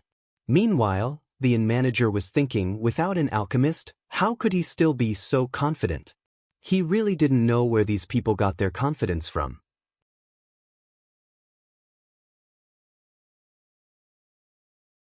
Chapter 2467. To save people or to take lives? 2. Although the inn manager's curiosity was piqued, he still kindly reminded, "Your Excellency, if you don't have an alchemist, I advise you not to accept the city lord's bounty. If you don't handle it well, you might die." Is the city lord a homicidal maniac? Lung Ruoxue blinked her beautiful eyes as she asked curiously. No. What I mean is, if you can't cure the city lord's illness, he might do something in a fit of anger. So, you'd better not accept this bounty and just stay in the inn. My inn belongs to the Liu family, so it's relatively safer. The inn manager advised earnestly. But it's too boring to stay in the inn. We want to find something to do and take a trip to the city lord's mansion. Lung Ruoxue asked with anticipation. However, the inn manager who heard this was in a state of confusion. Bored? Looking for something? He still had to go to the city lord's mansion? These people were really bored to death. One had to know that this was a critical period. Most people couldn't wait to get as far away from the city lord's mansion as possible. How would there be anyone willing to take the initiative to court death? But these people really made him, a kind inn manager, powerless. After a long while, the inn manager did not know what to say. He could only stare at Lung Ruoxue and the rest. Finally, he made up his mind and put on an expression that said he was going to risk everything. He whispered to Lung Ruoxue and the rest, "My esteemed guests. To tell you the truth, the city lord's illness is not light. If you are not alchemists and can't cure his illness, he will definitely not leave you alive in a rage. You're my customers, and I really don't want to see you die. You'd better listen to me and not go to the city lord's mansion to join in the fun. I promise that if there's any news from the city lord's mansion, you'll be the first ones to know." Is that not enough? The inn manager's words were extremely sincere. Even though it was suspicious that he was siding with an outsider, he was truly concerned about the safety of Lung Ruoxue and the others. He did not want anything to happen to the guests who were staying in his inn, as it would affect the reputation of his inn. With this thought in mind, the manager of the inn hoped to keep these people in the inn. At least, their lives would not be in danger. However, these people in front of him did not look like good people who knew their place. This fact made the manager particularly worried. As expected, when Lung Ruoxue heard the innkeeper's words, she only gave him a grateful look and said softly, "We're not afraid that the city lord of Chuan City will kill us. We're afraid that we won't be able to resist the urge to kill him. What do you think we should do?" These words made the inn manager dumbfounded. He was completely confused. While the inn manager was still in a daze, Lung Ruoxue led a group of people and left the inn. By the time the inn manager regained his senses, Lung Ruoxue and the others had already disappeared. Upon seeing this, the inn manager could only sigh helplessly. However, for some reason, when he recalled what Lung Ruoxue had said, he felt a tinge of joy in his heart. After quickly putting away his other thoughts, the inn manager looked around and went back to doing what he had to do as if nothing had happened. Lung Ruoxue and the rest left the inn and headed straight for the city lord's residence. Due to the incident at the city lord's residence a few days ago, the city gates had been heavily restricted, causing the streets to be almost deserted. Lung Ruoxue and the rest were unimpeded along the way. When they arrived at the city lord's residence's main gate and saw the undamaged tall walls, everyone could not help but think, it seems like the city lord's residence did not suffer a huge loss. At this moment, they saw that there was a bounty notice posted on both sides of the door. Lung Ruoxue did not even think about it and immediately went to the designated location to register. The person in charge of the registration was a butler from the city lord's residence. After glancing at the unremarkable-looking Lung Ruoxue and the rest, the butler raised his head arrogantly and asked indifferently, "Who's an alchemist?" "Thanks, no one," Lung Ruoxue said with a smile, her attitude extremely good. When a certain butler heard this, he was instantly enraged. If there were no alchemists, Why would they come here to register? Was he kidding? A certain butler was very angry, and the consequences were very serious. The butler in charge of registration did not say anything and immediately called for the guards. He pointed at Lung Ruoxue and the rest and said, "Arrest these people who are here to cause trouble." The moment the vicious guards heard this, they were ready to take action. Lung Ruoxue saw this and quickly stopped them. "Wait, why did they capture us? We're not here to cause trouble. You guys aren't alchemists, and you're not here to cause trouble.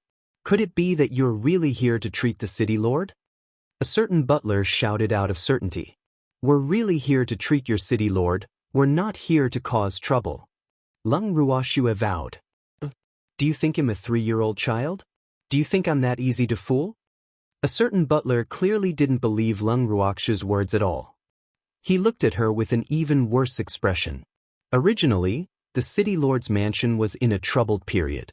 The villain who destroyed the city lord's mansion was not caught, and these people wanted to cheat the city lord's mansion of its money on the grounds of treatment.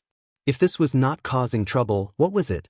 "I'm not lying to you. I'm really here to treat your city lord. You have to believe me." Besides, the bounty notice didn't say that only alchemists are allowed. Lung Ruoxue could not help but remind him. Hearing this, a certain steward began to think. The bounty they issued really didn't state that only alchemists could come. However, no matter how he looked at it, these people didn't seem to have any ability. Thinking this way, he said, "Since you're here to treat the city lord, I'll give you a chance in accordance with the principle of fairness. However, because you're not alchemists, if you can't treat the city lord, you can only leave your lives here, understand?" "I understand. We understand." Lung Ruoxue nodded her head. Seeing that these people were still tactful, a certain butler gave a look to the guard. The guard understood and brought Lung Ruoxue and the rest into the city lord's residence. The last time they came to the city lord's mansion was at night, so they basically didn't have the chance to properly tour the city lord's mansion. This time, although it was daytime, they were also unable to visit the city lord's mansion. The city lord's mansion was in a mess. They had thought that the city lord's mansion didn't suffer too much damage. However, when they saw the ruins, they had to admit that only the outer wall of the mansion was barely visible. They couldn't even think about the inside. The city lord's courtyard was the first to be renovated. However, only one room was renovated to allow the city lord to recuperate.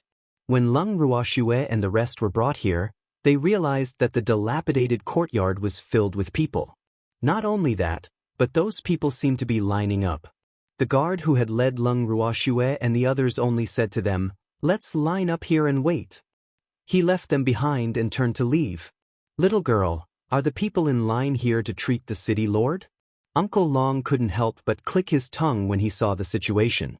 How many alchemists did the city lord's mansion find to treat the city lord's illness? Or was the city lord's illness too serious, and he was trying a last resort?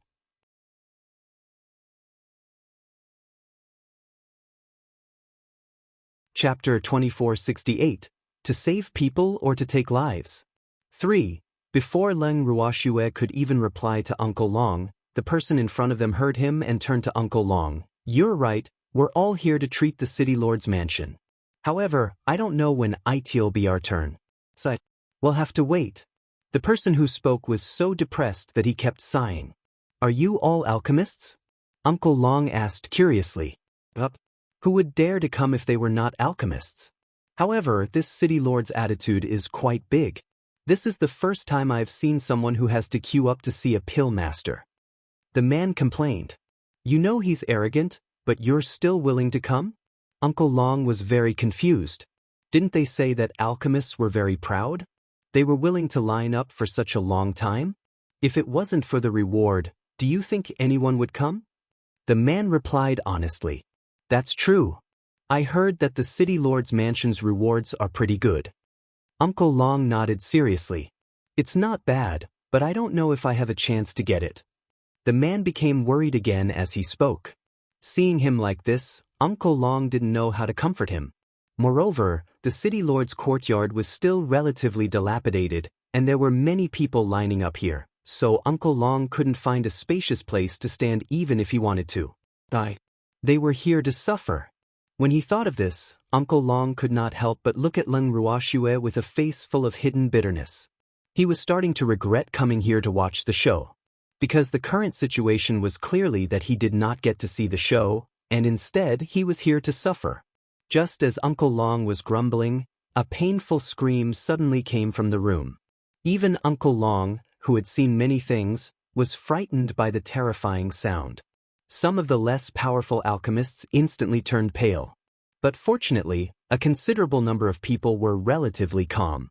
Perhaps it was because they had heard this kind of sound too many times, so they all acted as if nothing had happened and continued to chat with each other in groups of 2 or 3. "Little girl, are we still going to stay here?" Uncle Long didn't want to stay any longer. "Uncle Long, if you want to leave now, will they let you?" Leng Ruoxue said. Upon hearing this, Uncle Long became listless. When they came in, he had already said that if he couldn't be cured, he had to leave his life behind. Although he didn't care about such a threat, now was obviously not the time to expose his identity. Endure it. The depressed Uncle Long finally calmed down after consoling himself for a while. However, he didn't want to just stand there like the alchemists in line. After some thought, Uncle Long took out a recliner and a tent. He cleared out an empty space and set up the tent. Then he lay down comfortably on the recliner. Of course, Uncle Long had cleared out the place for the reclining chairs and tent himself.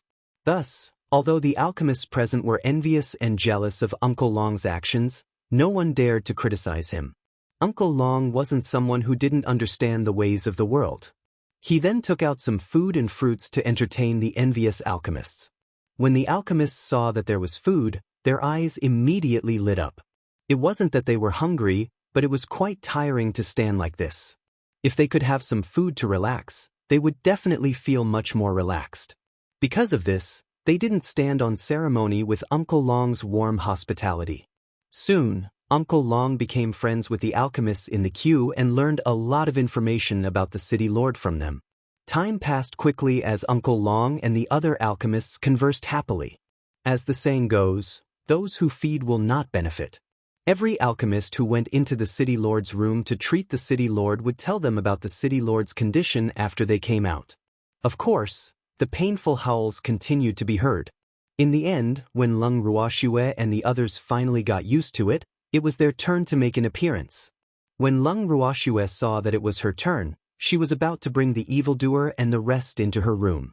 However, she was stopped by the head butler who had been standing guard in the city lord's room. The head butler sized up Leng Ruoxue and the rest before he asked, "Who's in charge of treating the city lord?" "I am," Leng Ruoxue said with a smile.